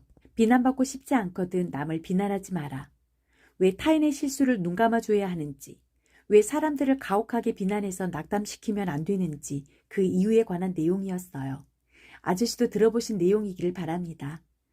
태양이 가장 찬란하게 빛나는 눈부신 겨울 오후입니다. 전나무에 매달린 고드름이 떨어지고 온 세상이 눈의 무게로 휘어져 있어요. 저만 빼고요. 전 슬픔의 무게에 짓눌려 있습니다. 이제 그 소식을 말씀드릴게요. 용기를 내 주디. 이 일은 꼭 말씀드려야 해. 지금 확실히 기분 좋으신 거 맞지요, 아저씨? 저 수학과 라틴어 작문 시험에서 낙제했어요. 그래서 요즘 그 2과목을 개인지도 받고 있고 다음 달에 재시험을 치를 예정입니다. 실망하셨다면 죄송하지만 아저씨만 괜찮으시다면 저도 별로 신경 쓰지 않을 거예요. 왜냐하면 저는 교과 과정에 나오지 않는 수많은 것들을 공부했기 때문이에요. 소설을 17권 읽었고 시도 많이 읽었습니다. 허영의 시장, 리처드 피버럴, 이상한 나라의 앨리스 같은 필독서 말이에요. 에머슨의 수상록, 로카트의 윌터 스콧 경의 생애, 기번의 로마 제국 쇠망사 제1권, 거기에 벤베누토 첼리니의 자서전도 반이나 읽었어요. 참 재미있게 사는 사람 아닌가요? 아침 식사 전에 산책을 나가서 별 생각 없이 사람을 죽이곤 했다니요. 아저씨, 이말하면 제가 라틴어 공부에만 매달리는 것보다 훨씬 더 많은 것을 공부했다는 걸 알아주시겠죠? 다시는 낙제하지 않겠다고 약속드릴 테니 이번 한 번만은 용서해 주실 거지요? 슬픔에 잠겨있는 주디 올림. 키다리 아저씨께 편지를 쓰려고 마음먹었던 날이 보름이나 남았는데 오늘 밤은 쓸쓸해서 편지를 한 장 더 씁니다. 밖에 폭풍우가 거세게 몰아치고 있어요. 캔버스의 불빛이 모두 꺼졌는데도 블랙커피를 마셔서인지 잠이 오지 않습니다. 오늘 저녁에 셀리와 줄리아와 레오노라 팬턴과 함께 저녁 식사 파티를 했습니다. 정어리와 구운 머핀, 샐러드, 퍼지에 커피를 먹었어요. 줄리아는 즐거웠다는 말만 하고 가버렸지만 셀리는 남아서 설거지를 도와주었어요. 오늘 밤은 라틴어를 공부하며 아주 유익하게 보낼 수도 있었는데 제가 라틴어 공부에 별로 열의가 없긴 한가 봐요. 리비우스의 글과 키케로의 노년에 관하여를 마쳤고 이제 우정에 관하여를 들어갈 차례예요. 욱, 정에 관하여라고 발음해버린답니다. 아주 잠깐만 제 할머니인 척 해주실래요? 셀리는 할머니가 한 분, 줄리아와 레오노라는 각각 두 분씩이나 계신데요. 그 애들이 오늘 밤 열을 올려가며 자기 할머니들을 자랑하는데 제게도 할머니가 있었으면 좋겠다는 생각뿐이었어요. 꽤 괜찮은 관계 같더라고요. 그러니까 아저씨가 반대하지 않으신다면 어제 시내 나갔다가 보라색 리본으로 장식한 아주 예쁜 레이스 모자를 봤는데 그걸 할머니의 83번째 생신 선물로 보내드릴게요. 예배당 종탑의 시계가 12시를 알리고 있어요. 결국에는 잠이 오겠죠. 안녕히 주무세요, 할머니. 할머니를 무지무지 사랑해요. 주디 올림. 3월의 중간날, 키다리 아저씨께. 지금 라틴어 작문을 공부하고 있습니다. 여태 내내 공부했고 앞으로도 계속 할 거예요. 제 시험이 다음 주 화요일 7교시에 있거든요. 통과하거나 끝장이겠죠. 그러니 다음 편지에서 저는 제 시험에서 벗어나 온전히 행복한 상태이거나 산산조각이 나 있을 거예요. 제 시험이 끝나면 제대로 된 편지를 쓰겠습니다. 오늘 밤에는 라틴어 탈격 독립어구와 씨름해야 해요. 눈코 뜰 새 없이 바쁜 주디 에벗 올림. 3월 26일 키다리 스미스 씨 귀하. 귀하께서는 제 질문에 한 번도 대답을 주지 않으십니다. 귀하는 제가 뭘 하든지 조금도 관심을 비추지 않으십니다.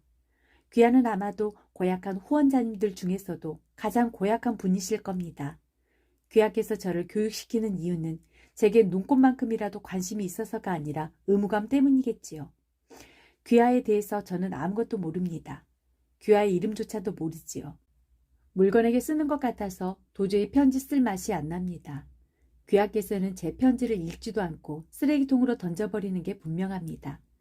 이제부터는 학업 관련 편지만 쓰겠습니다. 라틴어와 수학 재시험은 지난주에 치렀습니다.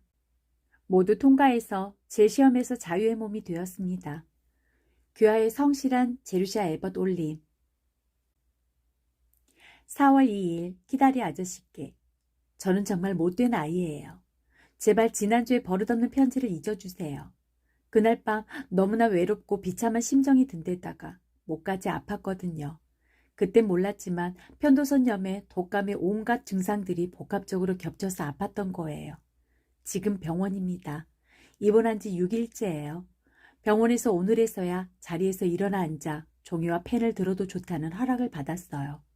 수간호사님이 대단히 엄격하시거든요. 누워있는 내내 그 편지 생각만 났고 아저씨가 저를 용서해 주실 때까지는 병이 나을 것 같지 않아요. 지금의 제 모습이에요. 머리에 붕대를 둘러 토끼 귀 모양으로 묶고 있어요.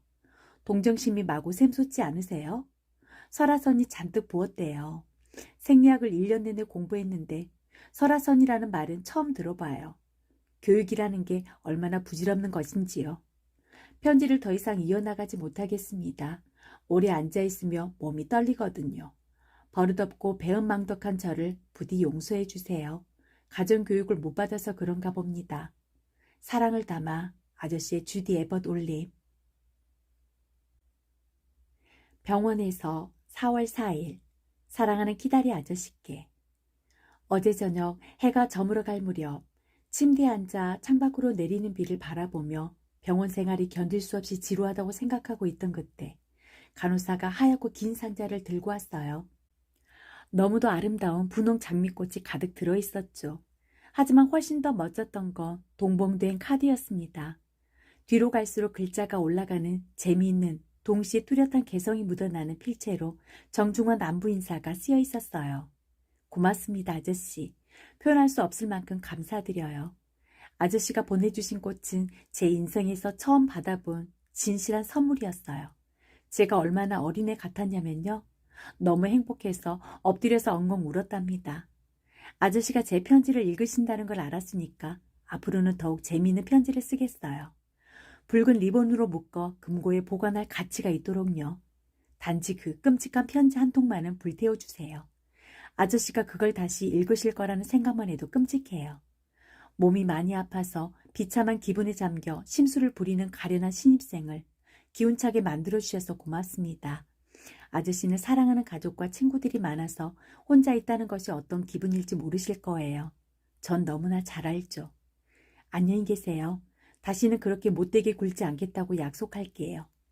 아저씨가 진짜로 존재하신다는 걸 알았으니까요. 앞으로는 질문을 귀찮을 정도로 마구 쏟아내지도 않겠다고 약속해요. 그런데 아저씨는 아직도 이 여자애들이 싫으신가요? 아저씨의 영원한 주디 올림.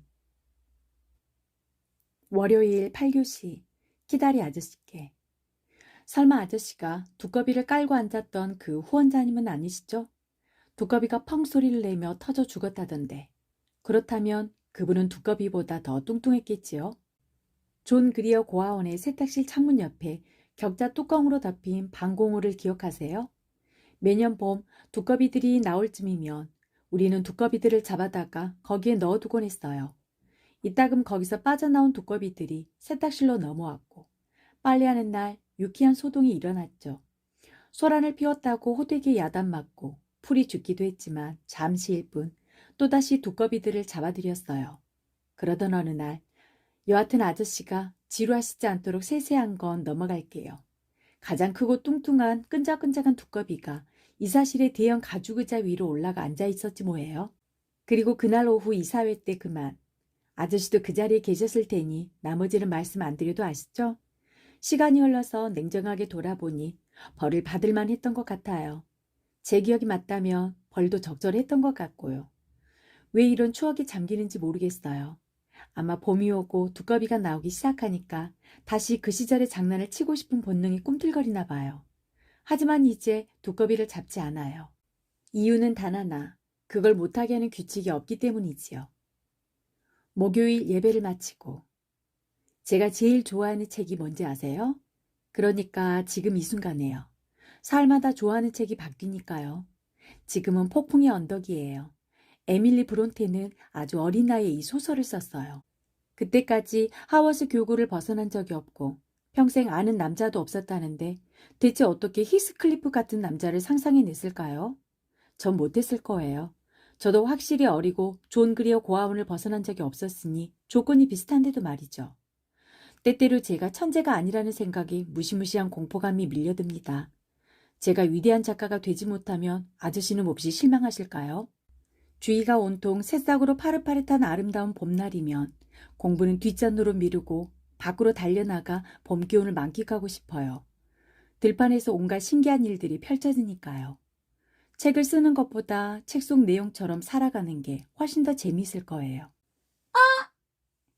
이건 셀리와 줄리아와 4학년생 선배를 복도 건너편 방에서 달려오게 만든 저의 비명소리예요. 이렇게 생긴 지네 때문이에요. 실제로는 더 징그러워요. 조금 전 한 문장을 끝내고 나서 또 뭘 쓸까 생각하던 그 순간 툭 소리가 났어요. 지네가 천장에서 떨어져 제 옆에 착지한 거예요. 저는 황급히 도망치다가 탁자 위에 컵 2개를 엎질렀어요. 셀리가 제 머리빗 뒷부분으로 지네를 내리쳤는데 그 빗은 이제 쓸 수가 없어요. 앞부분은 죽었는데도 뒤쪽 쉰개의 다리가 꿈틀거리며 서랍 밑으로 달아나 버렸어요. 이 기숙사는 오래된 데다 벽이 담쟁이 덩굴로 뒤덮여서 지네 천지예요. 정말이지 무시무시한 생물이에요. 차라리 침대 밑에서 호랑이가 나타나는 편이 훨씬 낫겠어요. 금요일 밤 9시 30분. 어찌나 힘든 하루였는지요. 기상 종소리를 못 듣는 바람에 서둘러 옷을 갈아입느라 신발끈이 끊어지고 셔츠 깃의 단추도 떨어졌어요. 아침 식사에 늦고 첫 수업도 지각했고요. 깜빡 잊고 앞지를 챙겨오지 않았는데 만년필 잉크마저 새지 뭐예요? 삼각법 시간에는 교수님과 대수에 대해 의견 충돌이 생겼어요. 나중에 돌이켜보니 교수님이 옳았더군요. 점심 메뉴로 양고기 스튜와 식용 대황이 나왔는데 둘 다 제가 싫어하는 거예요. 고아원에서 먹던 맛이 나거든요. 온갖 청구서들 말고는 우편물도 하나 없었어요. 하긴 제가 다른 우편물을 받을 일이 뭐가 있겠어요? 제 가족은 편지 같은 건 안 쓰니까요. 오후 영어 수업에는 정말 예상치 못한 시험을 쳤어요. 내용이 이랬어요. 다른 건 아무것도 바라지 않았는데 그것마저도 거절당했지. 그 대신 목숨을 바치겠다고 했더니 그 대단한 상인이 미소를 지었네. 브라질? 그는 단추만 비틀고 있었네. 내 쪽으로는 눈길도 주지 않고서 말이야. 하지만 부인, 정녕 아무것도 없단 말입니까? 오늘 우리가 보여줄 수 있는 것이. 이게 시래요. 누가 썼는지 무슨 뜻인지 전혀 몰랐죠. 그저 강의실에 들어가니 칠판에 이 시가 쓰여 있고 우리에게 비평을 하라고 했어요. 첫 번째 연을 읽었을 때는 제 나름대로 이해가 되는 것 같았어요. 그 대단한 상인은 고결한 행동에 대한 대가로 축복을 내리는 신이라고요. 하지만 두 번째 연에 이르러 그가 단추만 비틀고 있는 걸 보자 불경한 추측인 것 같아서 급히 생각을 바꿨어요. 다른 학생들도 곤란하긴 마찬가지였어요. 우린 45분이나 텅 빈 백지를 앞에 놓고 백지처럼 머릿속이 텅 빈 채로 멍하니 앉아 있었죠. 교육을 받는다는 건 지독하게 고된 일이네요. 하지만 그걸로 끝난 게 아니었어요. 더 무시무시한 일이 기다리고 있었으니까요. 비 때문에 골프를 치러 나갈 수가 없어서 대신 체육관으로 갔어요. 그런데 제 옆 학생이 곤봉으로 제 팔꿈치를 세게 치지 뭐예요. 기숙사에 돌아오니 푸른색 새 봄옷이 든 상자가 도착했는데 치마가 너무 꽉 끼어서 앉을 수도 없었어요. 금요일은 청소하는 날인데 청소부가 책상 위에 종이들을 마구 섞어놓았고요. 디저트는 비석을 씹는 것 같았고 우유와 바닐라 향 젤라틴으로 만든 것이었어요. 예배 시간에는 여성다운 여성에 대한 설교를 듣느라 여느 때보다 20분이나 더 붙잡혀 있었죠. 겨우 한숨 돌리고 여인의 초상을 읽으려 하는데 이름이 A로 시작한다는 이유로 라틴어 시간에 옆자리에 앉는 밀가루 반죽처럼 창백한 안색에 맹한 엘컬리라는 애가 리페도 원장님이 제 이름을 자브리스카라고 지어줬다면 얼마나 좋았을까요? 월요일 수업 시작이 69단원부터인지 70단원부터인지 물어보러 와서는 1시간이나 죽치고 앉아있지 뭐예요? 방금 전에야 돌아갔어요. 이렇게 기운 빠지는 일들만 줄줄이 일어나는 걸 보신 적 있으세요? 인생에서 인격이 필요한 건 큰 문제가 생겼을 때가 아니에요. 큰 위기가 닥쳤을 때 용기를 가지고 일어서서 비극에 맞서는 건 누구나 할 수 있어요. 일상의 사소한 짜증거리들을 웃음으로 넘겨야 할 때, 바로 그런 때 정신력이 필요한 거죠. 전 앞으로 바로 그런 정신력을 키울 겁니다. 인생을 최대한 능수능란하고 정정당당하게 승부해야 하는 게임 정도로 여기려고 해요. 그래서 저도 어깨 한번 으쓱 하고 웃어넘길 거예요. 이길 때도 마찬가지고요. 말하자면 저는 대범한 사람이 될 거예요. 사랑하는 아저씨, 줄리아가 실크 스타킹을 신고 다녀도 벽에서 지네가 떨어져도 다시는 불평하지 않을래요. 아저씨의 영원한 주디 올림. 얼른 답장 주세요. 5월 27일 키다리 아저씨 귀하께. 존경하는 선생님, 저는 방금 리페도 원장님의 편지를 받았습니다. 원장님은 제가 품행을 바르게 하고 학업도 잘해 나가길 바란다고 쓰셨습니다. 또 올 여름방학에 딱히 갈 곳이 없을 테니 고아원으로 돌아와서 일을 거들면 개강 때까지 하숙을 할 수 있게 해주신다고 합니다. 저는 종그리어 고아원이 싫습니다. 거기로 돌아갈 바엔 차라리 죽겠습니다. 그 어느 때보다 솔직한 제루샤 에벗 올림. 친애하는 키다리 아저씨. 아저씨는 정말 멋진 분이세요. 농장 이야기를 듣고 얼마나 기뻤는지요. 왜냐하면 농장이라는 곳에 저는 가본 적이 없어요. 평생요. 종그리어 고아원에 돌아가서 여름 내내 설거지나 하는 건 끔찍히 싫어요. 뭔가 나쁜 일이 일어날 것 같거든요. 왜냐하면 제가 예전에 겸손함을 잃은 지 오래여서 고아원에 있는 모든 컵을 그리고 컵받침을 모조리 다 깨뜨려 버릴까 봐 두려워요. 편지가 짧은 걸 이해해 주세요. 새 소식을 전할 수가 없네요. 왜냐하면 지금은 프랑스어 수업 중인데 곧 제 생각에 교수님이 절 부르시려는 눈치예요. 방금 부르셨어요. 안녕히 계세요. 아저씨를 정말 사랑하는 주디 올림. 5월 30일 키다리 아저씨께. 저희 학교 교정을 본 적이 있으세요? 글에 기교를 부리려고 쓴 질문이니 신경 쓰지 않으셔도 돼요. 5월에 이곳은 천국 같아요. 모든 관목이 꽃망울을 틔우고 나무들은 가장 사랑스러운 실록이 된답니다. 늙은 소나무마저도 싱그럽고 풋풋해 보인다니까요. 잔디밭이 노란 민들레와 소녀들의 파랑, 하양, 분홍빛 드레스로 점점 물들어요. 다들 근심 따위 없이 즐거워 보이지요. 방학이 다가오고 있으니까요. 방학을 기대하느라 시험 따윈 안중에도 없어요. 이런 것이 진정한 행복이 아닐까요? 그리고 아저씨, 그 중에서도 저는 가장 행복한 사람이에요. 더 이상 고아원에 있지 않으니까요. 더 이상은 누군가의 보모 노릇을 할 필요도 남의 장부를 정리해서 타자를 칠 필요도 없으니까요. 아저씨가 안 계셨더라면 계속 그래야만 했겠죠. 예전에 잘못했던 모든 일을 후회합니다. 리펫 원장님께 버릇없이 군 것을 후회합니다. 프레디 퍼킨스를 때렸던 것을 후회합니다. 설탕통에 소금을 채웠던 일을 후회합니다. 후원자님들 등 뒤에서 얼굴을 찌푸렸던 걸 후회합니다. 앞으로는 모두에게 착하고 상냥하고 친절하겠습니다. 왜냐하면 저도 이제 매우 행복하니까요. 또 이번 여름방학에는 글을 쓰고 또 써서 위대한 작가가 되기 위한 첫걸음을 내딛겠습니다. 포부가 정말 대단하지 않나요? 요즘 저는 나날이 성격이 좋아지고 있어요. 춥고 설이 내린 날에는 조금 수그러들지만 햇살이 내리쬐면 어김없이 쑥쑥 자라나거든요. 누구나 마찬가지일 거예요. 역경과 슬픔과 절망이 정신력을 키운다는 의견에 동의하지 않습니다. 행복한 이들이 온정이 넘치죠. 저는 염세주의. 근사한 단어예요. 방금 배웠어요. 염세주의를 신봉하지 않습니다. 설마 아저씨가 염세주의자는 아니시겠죠?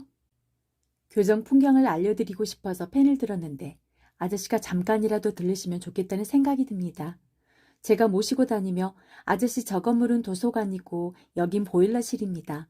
왼편의 고딕 양식 건물은 체육관이고 그 옆에 튜더 로마네스크 양식 건물은 새로 지은 병동이에요 라고 안내해 드릴 수 있을 텐데요.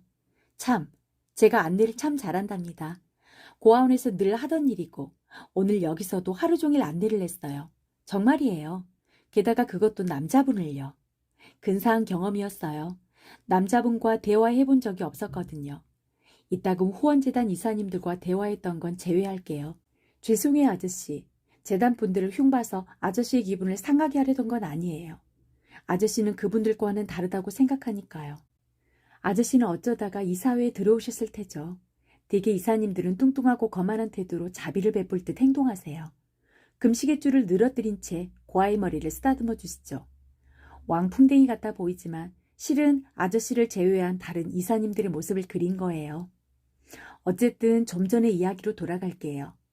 저는 오늘 남자분과 함께 산책하고 대화하고 차를 마셨어요.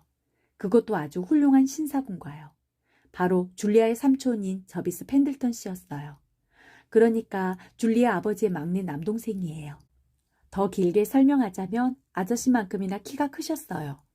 이곳에 사업차 왔다가 조카를 보러 학교에 들르셨대요. 그런데 정작 그 애는 막내 삼촌과 서먹하더라고요. 줄리아를 아기 때 한 번 보고 마음에 들지 않아서 줄곧 관심을 주지 않으셨나 봐요. 아무튼 그분은 응접실에 앉아 계셨어요. 모자와 지팡이와 장갑을 곁에 가지런히 두고요. 그런데 줄리아와 셀리는 7교시 수업을 빠질 수 없는 상황이었죠. 그래서 줄리아가 급히 제 방으로 달려와서 삼촌에게 교정을 구경시켜주고 7교시가 끝날 때 다시 자기에게 모셔와 달라고 부탁했어요. 저는 마음이 약해져서 마지못해 그러겠다고 했어요. 줄리아 때문에 펜들턴 가문을 그다지 좋아하지 않거든요. 그런데 그분은 다정하고 아기 양 같은 분이었어요. 인간미가 넘치던걸요? 전혀 펜들턴 가문 사람 같지 않았어요. 우리는 정말 즐거운 시간을 보냈답니다. 그때부터 내게도 삼촌이 있었으면 하는 소망이 생겼어요. 아저씨가 제 삼촌인 척 해주시면 어떨까요? 할머니보다 삼촌이 있는 게 더 좋을 것 같아요. 펜들턴 씨를 보며 아저씨의 20년 전의 모습을 떠올렸어요. 한 번도 만난 적이 없지만 저는 아저씨를 잘 알고 있거든요. 그러니까 그분은 키가 크고 호리호리한 몸매에 얼굴은 가무잡잡하고 주름이 많았어요. 드러나지 않게 입가에 살짝 주름만 지으며 띄는 미소 아래에는 유쾌함이 엿보였고요. 처음 만났을 때도 마치 오래전부터 알고 지낸 사람처럼 느끼게 만드는 편안함이 있으셨죠. 아주 다정하셨어요. 우리는 안들부터 운동장까지 교정 구석구석을 거닐었어요. 그러자 그분이 피곤하니 차를 마시는 게 좋겠다며 대학 찻집으로 가자고 제안하셨어요. 소나무 오솔길을 따라 교정을 나가자마자 있는 곳이에요. 저는 줄리아와 셀리에게 돌아가야 한다고 말했지만 그분은 조카가 차를 너무 많이 마시게 하고 싶지 않다고 했어요. 그러면 신경질적이 된다나요? 그래서 그냥 우리 둘만 곧장 그곳으로 가서 발코니에 있는 조그만 근사한 테이블에 앉았어요. 차를 마시며 머핀과 마멀레이드와 아이스크림에 케이크까지 먹었죠. 찻집에는 때마침 사람이 별로 없었어요. 월말이라 다들 용돈이 바닥나는 때거든요. 정말 즐거운 시간이었어요. 하지만 학교로 너무 늦게 돌아와서 기차 시간이 촉박했기 때문에 그분은 줄리아는 보는 둥 마는 둥 하고 떠나셨어요. 줄리아는 제가 자기 삼촌을 가로챘다며 몹시 화를 냈죠. 그분이 대단한 부자이다 멋진 삼촌이어서 그런가 봐요. 그분이 부자라는 얘기에 마음이 놓였어요. 찻집에서 먹은 게 각자 60센트씩이나 됐거든요. 오늘 아침, 지금은 월요일이에요. 저와 줄리아와 셀리 앞으로 초콜릿 3상자가 속달로 배달되었어요. 어떻게 생각하세요? 제가 남자에게서 초콜릿을 받았다니까요. 이제 저도 더 이상 고아가 아니라 숙녀가 된 기분이에요. 언젠가 아저씨와 함께 차를 마실 기회가 있다면 좋겠어요. 아저씨도 제가 좋아할 수 있는 분인지 알고 싶어요. 만에 하나 아저씨를 좋아하는 마음이 생기지 않는다며 그건 너무 끔찍한 일이에요. 하지만 저는 아저씨를 좋아하게 되리란 걸 알아요. 좋아요. 아저씨께 인사를 올립니다. 당신을 절대로 잊지 않을게요. 주디 올림. 추신. 오늘 아침에 거울을 보니 전에는 없던 보조개가 새로 생겼네요. 정말 희한하죠? 이게 어떻게 생겨났을까요? 6월 9일 기다리 아저씨께. 정말 기쁜 날이에요. 방금 마지막 과목인 생리학 시험을 마쳤어요. 그리고 이제 석 달간의 농장 생활이 펼쳐져요. 저는 농장이 어떤 곳인지 전혀 몰라요. 한 번도 농장이란 곳을 가본 적이 없거든요. 차창 밖으로 본 건 빼고요. 그렇지만 농장을 무척 좋아하게 될 거란 걸 알아요. 자유를 만끽하는 생활을 즐길 거라는 것도요. 아직도 존 그리어 고아원을 벗어난 것이 실감나지 않을 때가 있어요. 그곳을 떠올릴 때마다 등골이 오싹해진답니다. 리페도 원장님이 쫓아와 팔을 뻗어 나를 붙잡지 못하도록 계속 뒤를 살피며 더 빨리 달아나야 할 것 같은 기분이 들거든요. 하지만 올여름엔 그 누구도 신경 쓸 필요가 없어요. 아저씨의 이름뿐인 권위는 전혀 신경 쓰이지 않아요. 너무나 멀리 계셔서 제 걸림돌이 될래야 되실 수가 없잖아요. 리페도 원장님도 이젠 저에게 영원히 죽은 것과 다름없고요. 샘플 씨 부부가 제 품행을 관찰하시진 않겠죠? 그래요. 아닐 거예요. 전 이제 완전히 어른이니까요. 만세? 이만 줄이고 짐가방을 싸야겠어요. 차주전자와 접시, 소파 쿠션과 책이 3상자나 되거든요. 아저씨의 영원한 주디 올림. 추신, 생리학 시험 문제를 동봉합니다. 아저씨라면 시험에 통과할 수 있을 것 같으세요?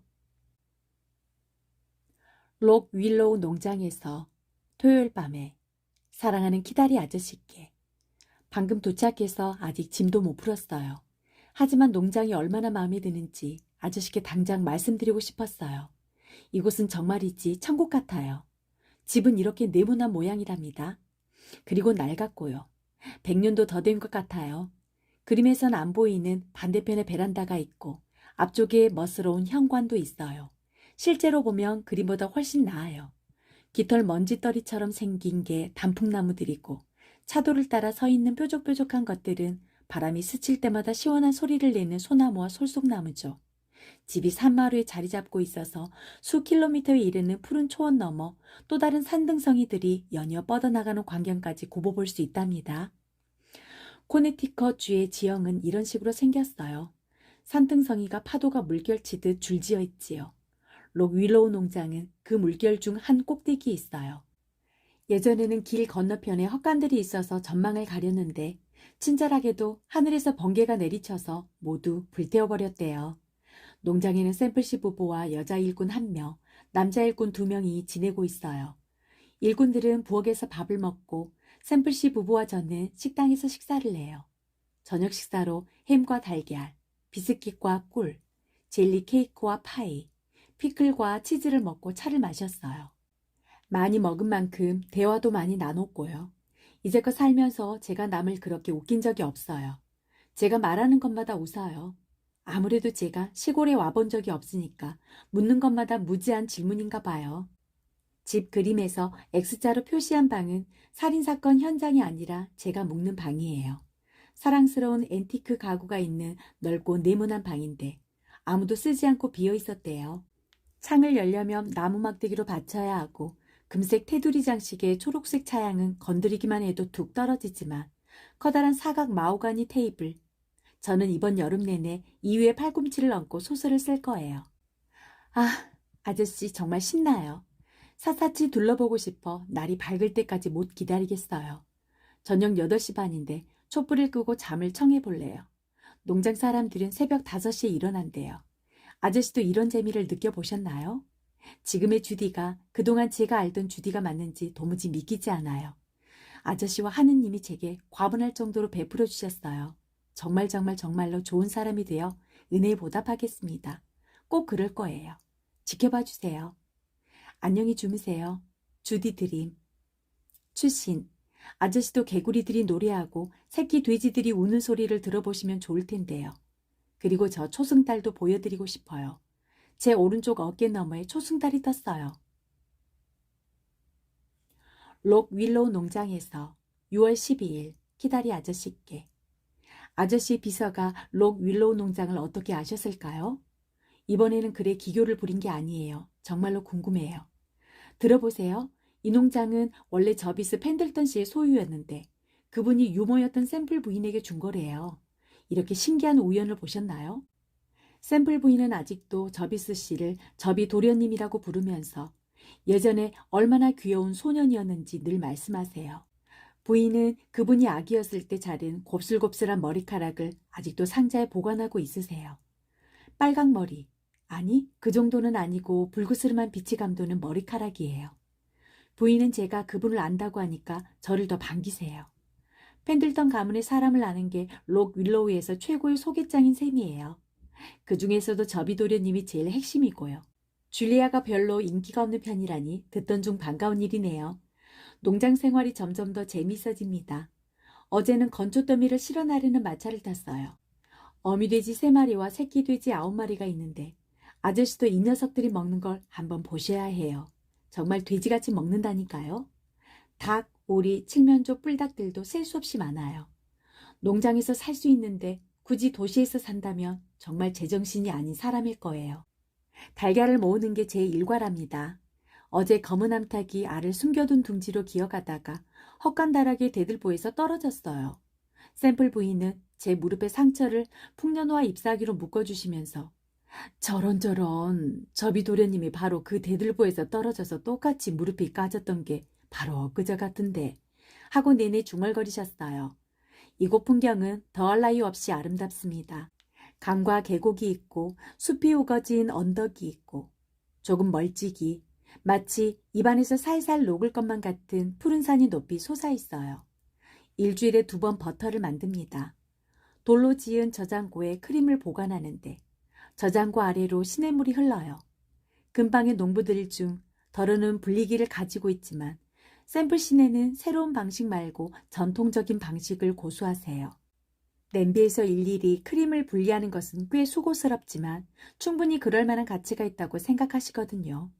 농장에 송아지가 6마리 있어서 제가 한 마리 한 마리 이름을 지어주었어요. 첫 번째 송아지 실비아, 숲에서 태어났으니까요. 두 번째 레시비아, 카툴루스의 시에 나오는 연인 이름을 땄어요. 세 번째는 셀리, 네 번째는 줄리아, 별 특징 없는 얼룩 송아지예요.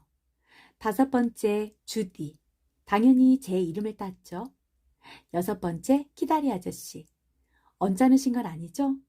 순종 저지종으로 아주 순한 송아지예요. 그림처럼요. 얼마나 잘 어울리는 이름인지 아시겠죠? 아직 부르의 명작 집필을 시작할 시간은 없었어요. 보시다시피 농장일이 워낙 바빠서요. 아저씨의 영원한 주디올림. 추신 1. 도넛 만드는 법을 배웠어요. 추신 2. 닭을 길러볼 생각이라면 버프 오핑턴을 추천합니다. 솜 깃털이 하나도 없거든요. 추신 3. 어제 만든 맛있고 신선한 버터 한 덩어리를 아저씨께 드릴 수 있다면 얼마나 좋을까요? 저도 이제 솜씨 좋은 농장 아가씨가 다 되었답니다. 추신 4. 이 그림은 미래의 위대한 작가 제르샤 에번 양이 젖소를 몰고 집으로 가는 그림이에요. 일요일 키다리 아저씨께. 별일이 다 있지 뭐예요? 어제 오후에 편지를 쓰려고 앉아서 키다리 아저씨께라고 첫머리를 쓰던 순간 저녁에 먹을 블루베리를 따오겠다고 한 약속이 생각이 나는 거예요. 그래서 편지지를 테이블 위에 놔두고 밖으로 나갔습니다. 그리고 오늘 다시 편지를 쓰려고 보니 편지지 한가운데 뭐가 앉아 있었게요? 진짜 키다리 아저씨요. 저는 장님거미의 다리 하나를 살포시 집어 올려 창밖으로 던졌어요.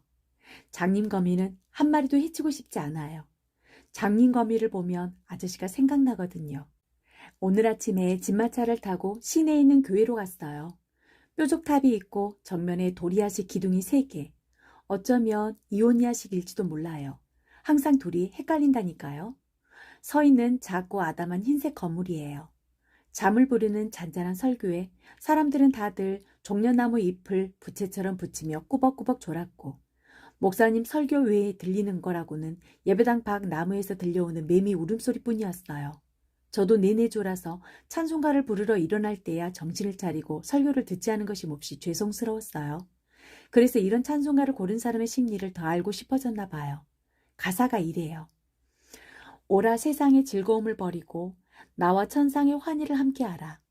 그렇지 않으면 친구여 긴 이별만 있을 뿐 내가 지옥으로 가라앉도록 내버려 두리. 샘플씨 부부와 종교를 논하는 건 신중치 못한 행동이었어요. 그분들의 하나님, 오래전 청교도인 조상들로부터 고스란히 물러받은 편협하고 비이성적인 데다 불공평하고 비열하고 적개심이 가득한 고집불통이거든요. 누구에게서도 하나님을 물려받지 않아서 정말 다행이에요.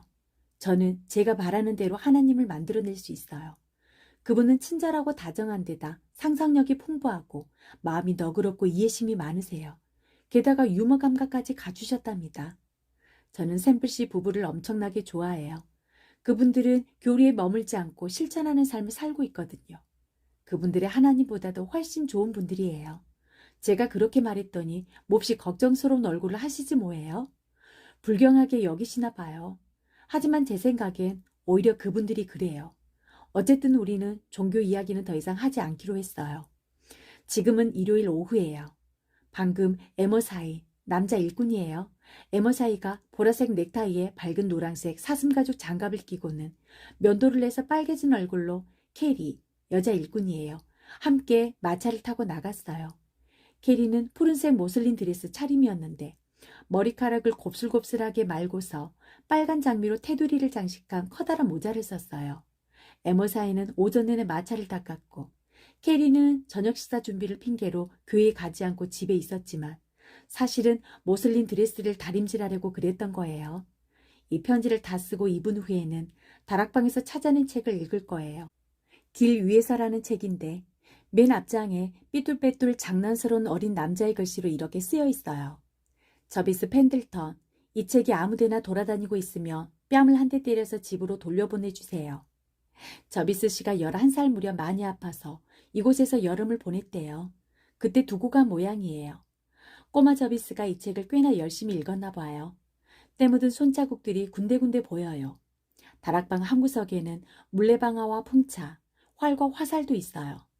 샘플 부인이 저비도련님 이야기를 하도 줄기차게 하셔서 이젠 그분이 마치 여기에 살고 있는 것처럼 느껴져요. 실크 해트를 쓰고 지팡이를 든 저비스 펜들턴 씨가 아니라 방충망을 열어젖힌 채 계단을 우당탕 뛰어다니며 언제나 쿠키를 달라고 조르는 샘플 부인은 틀림없이 쿠키를 주셨겠죠? 헝클어진 머리에 꼬질꼬질한 귀여운 저비 도련님 말이에요. 저비도련님은 모험심이 많고 용감하며 정직한 꼬마였나 봐요. 그분이 펜들턴 집안 사람이라니 안타깝네요. 좀 더 나은 가문이 어울릴 텐데 말이에요. 내일부터 귀리 타작을 시작해요. 탈곡기도 오고 일꾼도 3명 더 올 거래요. 외부 얼룩소이자 레스비아의 엄마인 버터컵이 저지른 말썽을 말씀드리려니 속상하네요. 버터컵이 글쎄 금요일 오후에 과수원에 들어가 나무 밑에 떨어진 사과를 엄청나게 먹어댔어요. 먹고 또 먹고 급기야 목구멍까지 가득 차도록요. 그러고는 꼬박 이틀을 골아 떨어졌어요. 진짜라니까요. 이런 추태를 들어보셨나요? 아저씨의 사랑스러운 고아로 남고 싶은 주디 에벗 올림. 추신. 제1장은 인디언 이야기고 제2장은 노상강도 이야기예요. 너무 흥미진진해서 숨죽여 읽고 있어요. 제3장은 무슨 이야기일까요? 붉은 매가 공중에서 20피트나 솟구쳐 오르더니 아래로 추락했다. 책표지 사파의 제목이에요. 주디와 저비가 재밌어 할 만한 책이죠? 9월 15일 사랑하는 아저씨께 어제 사거리의 잡화점에서 밀가루 저울에 올라가 몸무게를 쟀더니 4kg이나 늘었어요. 록 윌로우를 건강 휴양지로 추천합니다. 아저씨의 영원한 주디 올림.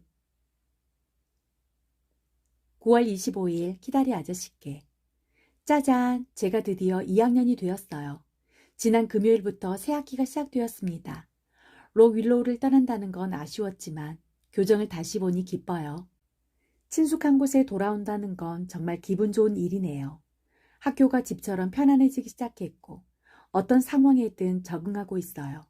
사실은 이젠 온 세상이 집처럼 느껴지기 시작했어요. 누군가의 허락을 받고 간신히 세상에 끼어들어 와 있는 게 아니라 진짜로 세상의 일원인 것처럼 말이에요. 제 말뜻이 전혀 감도 잡히지 않으실 거예요. 재단의 이사가 될 만큼 중요한 사람은 고아처럼 별 볼 일 없는 사람의 기분을 이해하기 힘드니까요.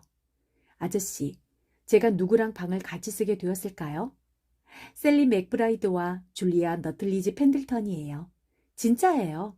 작은 침실 3개에 공부방 하나가 있어요. 자, 보세요. 지난 봄 셀리와 방을 함께 쓰자고 약속했는데 줄리아도 셀리와 같이 지내기로 약속했다는 거예요. 이유를 모르겠어요. 둘은 조금도 닮지 않았거든요. 펜들턴 집안이 보수적인 성향이라서 변화에 적대적, 멋진 단어지요? 인가 봐요. 어쨌든 그렇게 되었어요. 얼마 전까지만 해도 존 그리어 고아원에서 살던 제루샤 에버씨, 펜들턴 집안 아이와 같은 방을 쓴다고 생각해 보세요. 이 나라가 민주국가인 게 분명하네요. 셀리가 과대표 선거에 출마했는데 무리 없이 당선될 것 같아요. 얼마나 계략과 술수가 난무하는지, 아저씨도 우리가 얼마나 대단한 정치꾼인지 알고 놀라실 거예요. 이 말씀을 꼭 드려야겠어요. 여성들이 선거권을 갖게 되면 남성들은 눈을 부릅뜨고 자신의 권리를 지켜야 할걸요. 선거일은 다음 주 토요일인데 누가 당선됐든 상관없이 저녁에 횃불 행진이 예정되어 있어요. 화학을 배우기 시작했는데 제일 생소한 분야예요. 이런 과목이 있는지조차 몰랐네요. 지금은 분자와 원자를 이해하려고 애쓰고 있는데 다음 달이면 좀 더 자세히 토론할 경지에 오를 것 같아요.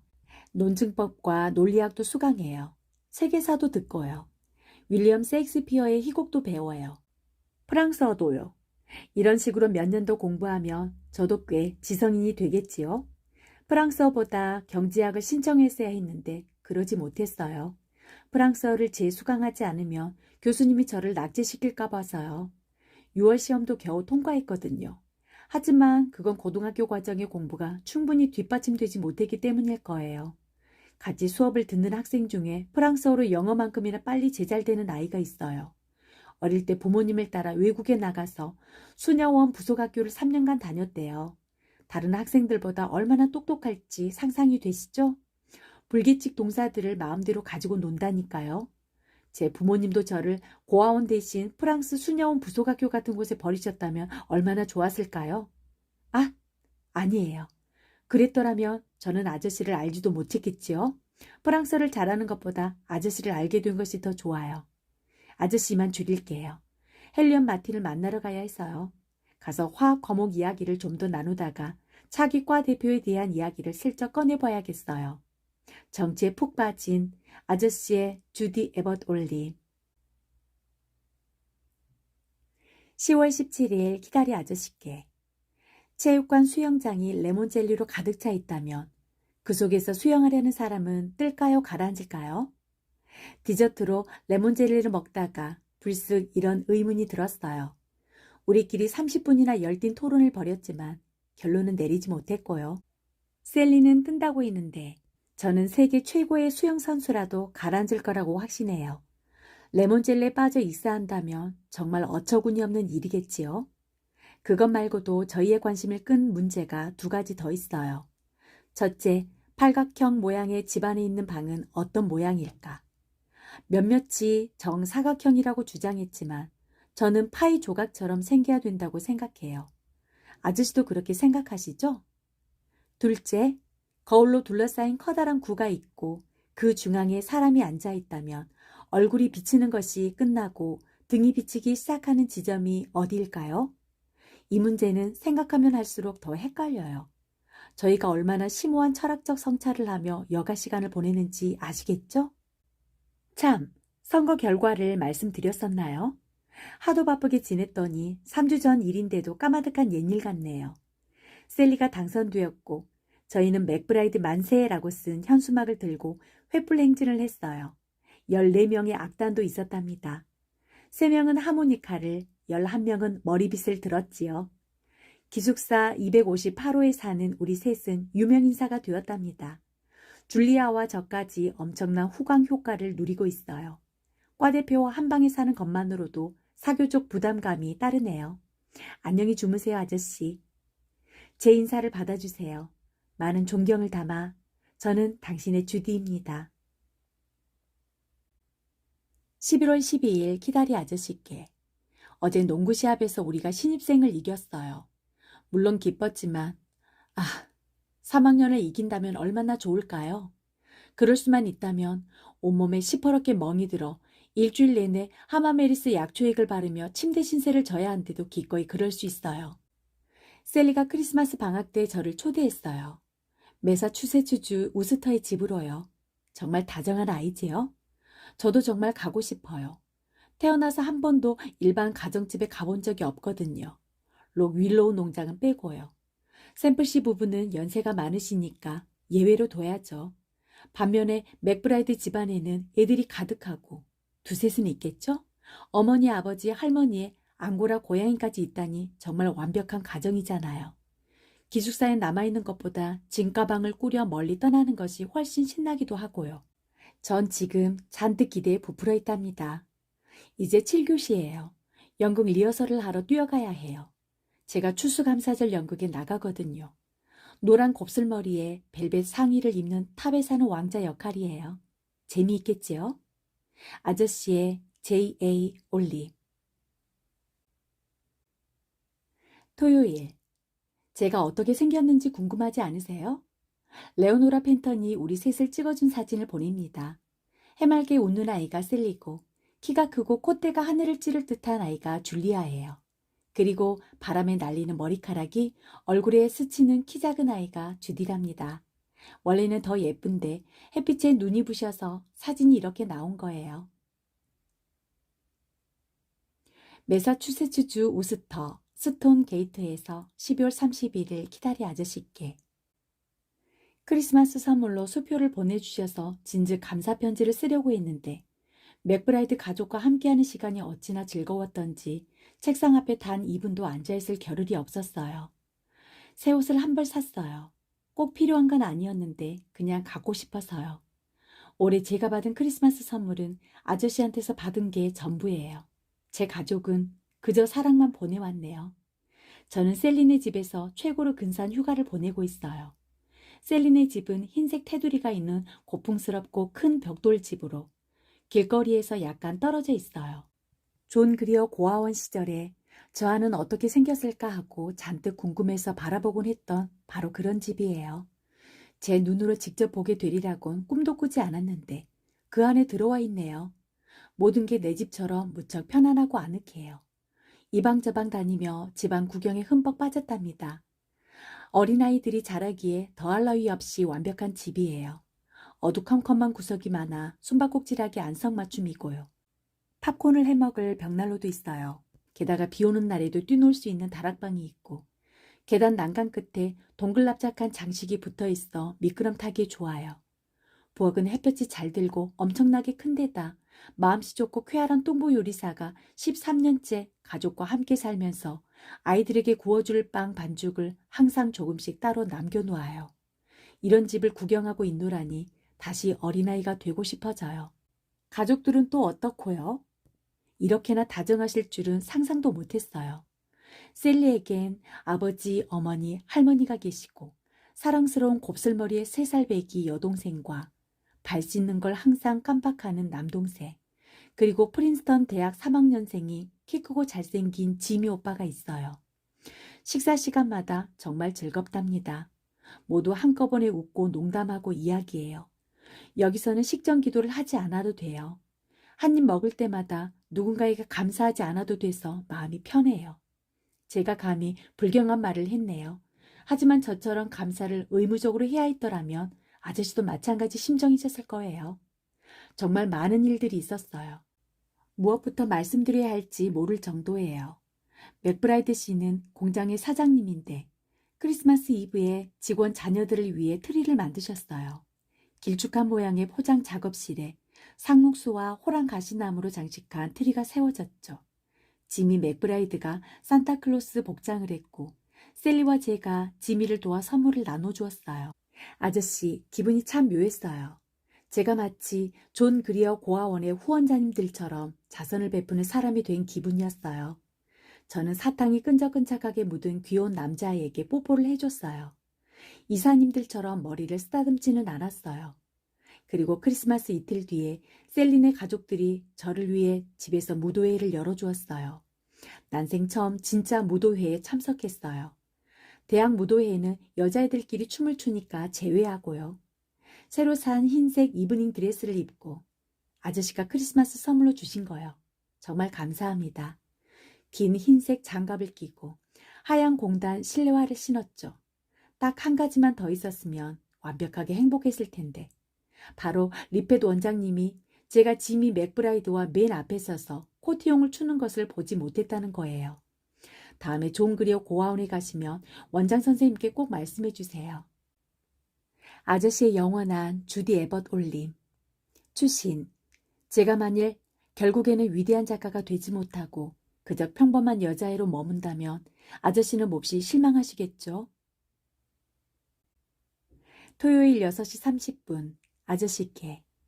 오늘 저희가 시내로 걸어가고 있었는데 세상에 비가 어찌나 쏟아지던지요. 겨울에는 겨울답게 비가 아니라 눈이 내렸으면 좋겠어요. 오후에 줄리아의 멋진 삼촌이 다시 이곳을 방문하셨어요. 초콜릿을 엄청 많이 사오신 거 있죠? 줄리아와 함께 사니 좋은 점도 있네요. 저희가 천진하게 제잘되는 게 재미있으셨던지 공부방에서 함께 차를 마시려고 기차 시간을 늦추셨어요. 그분의 출입 허가를 받느라고 얼마나 힘들었는지 몰라요. 아버지와 할아버지 출입도 까다로우니 삼촌은 오죽하겠어요. 남자 형제나 사촌은 거의 불가능하다고 봐야죠. 줄리아는 공증인 앞에서 그분이 자기 삼촌인 걸 선사하고 군 서기의 증명서까지 제출해야 했어요. 제가 법을 제법 잘 알지요? 학장님이 저비스 삼촌이 얼마나 젊고 잘생겼는지 보셨더라면 그렇게까지 하고도 티타임은 허락하지 않으셨을 거라는 생각이 드네요. 어쨌든 우린 함께 차를 마셨답니다. 갈색 빵에 스위스 치즈를 넣은 샌드위치를 곁들여서요. 그분은 같이 만들고 4조각이나 드셨죠. 제가 지난 여름 록 윌로우 농장에서 지냈다고 말씀드렸고 샘블씨 부부와 말과 암소와 닭에 대해 재미난 이야기를 나누었어요. 그분이 알고 있던 말들은 그로버만 빼고 다 죽었더라고요. 그분이 마지막으로 농장에 갔을 때 망아지였던 그로버가 이젠 늙어서 절뚝거리고 풀도 겨우 뜯어먹어요. 그분이 여전히 도넛은 파란 뚜껑에 노란 항아리에 넣어 찬장 맨 아래 선반에 두겠지요? 하고 물으셨어요. 정말 그래요. 아직도 밤에 목장에 나가면 돌무더기 아래에 마멋이 파놓은 구멍이 보이냐고 물으셨어요. 그럼요. 올여름 에머사이가 크고 살찐 회색 마멋을 잡았는데 아마 그 녀석은 어린 저비도련님에게 잡혔던 마멋의 25대 손쯤 되겠네요. 제가 저비도련님이라고 불렀는데 기분이 상하신 것 같진 않았어요. 줄리아는 삼촌이 이토록 다정한 모습은 처음 봤대요. 평소엔 다가가기 어려운 분이라나요? 하지만 그도 그럴 것이 남자분과의 대화에는 요령이 필요한데 줄리아는 그런 방변에 재주가 전혀 없어요. 그들은 제대로 쓰다듬어주면 가르랑거리고 그렇지 않으면 으르렁대는 고양이 같은 존재니까요. 썩 고상한 표현은 아니네요. 그냥 비유적으로 말해본 것뿐이에요. 요즘은 바시 키르체프의 일기를 읽고 있어요. 굉장하죠? 이 문장 한번 보세요. 지난밤 나는 절망에 사로잡혀서 구슬프게 신음하다 결국은 식당 벽시계를 바다로 던져버리고 말았다. 이 문장을 보니 제가 천재가 아닌 게 천만다행이에요. 천재가 곁에 있으면 무지 피곤할 거 아니에요? 가구도 다 망가질 테고요. 어이쿠, 비가 억수같이 퍼붓고 있네요. 오늘 밤 예배당까지 헤엄쳐 가야 할지도 모르겠어요. 아저씨의 영원한 주디 올림.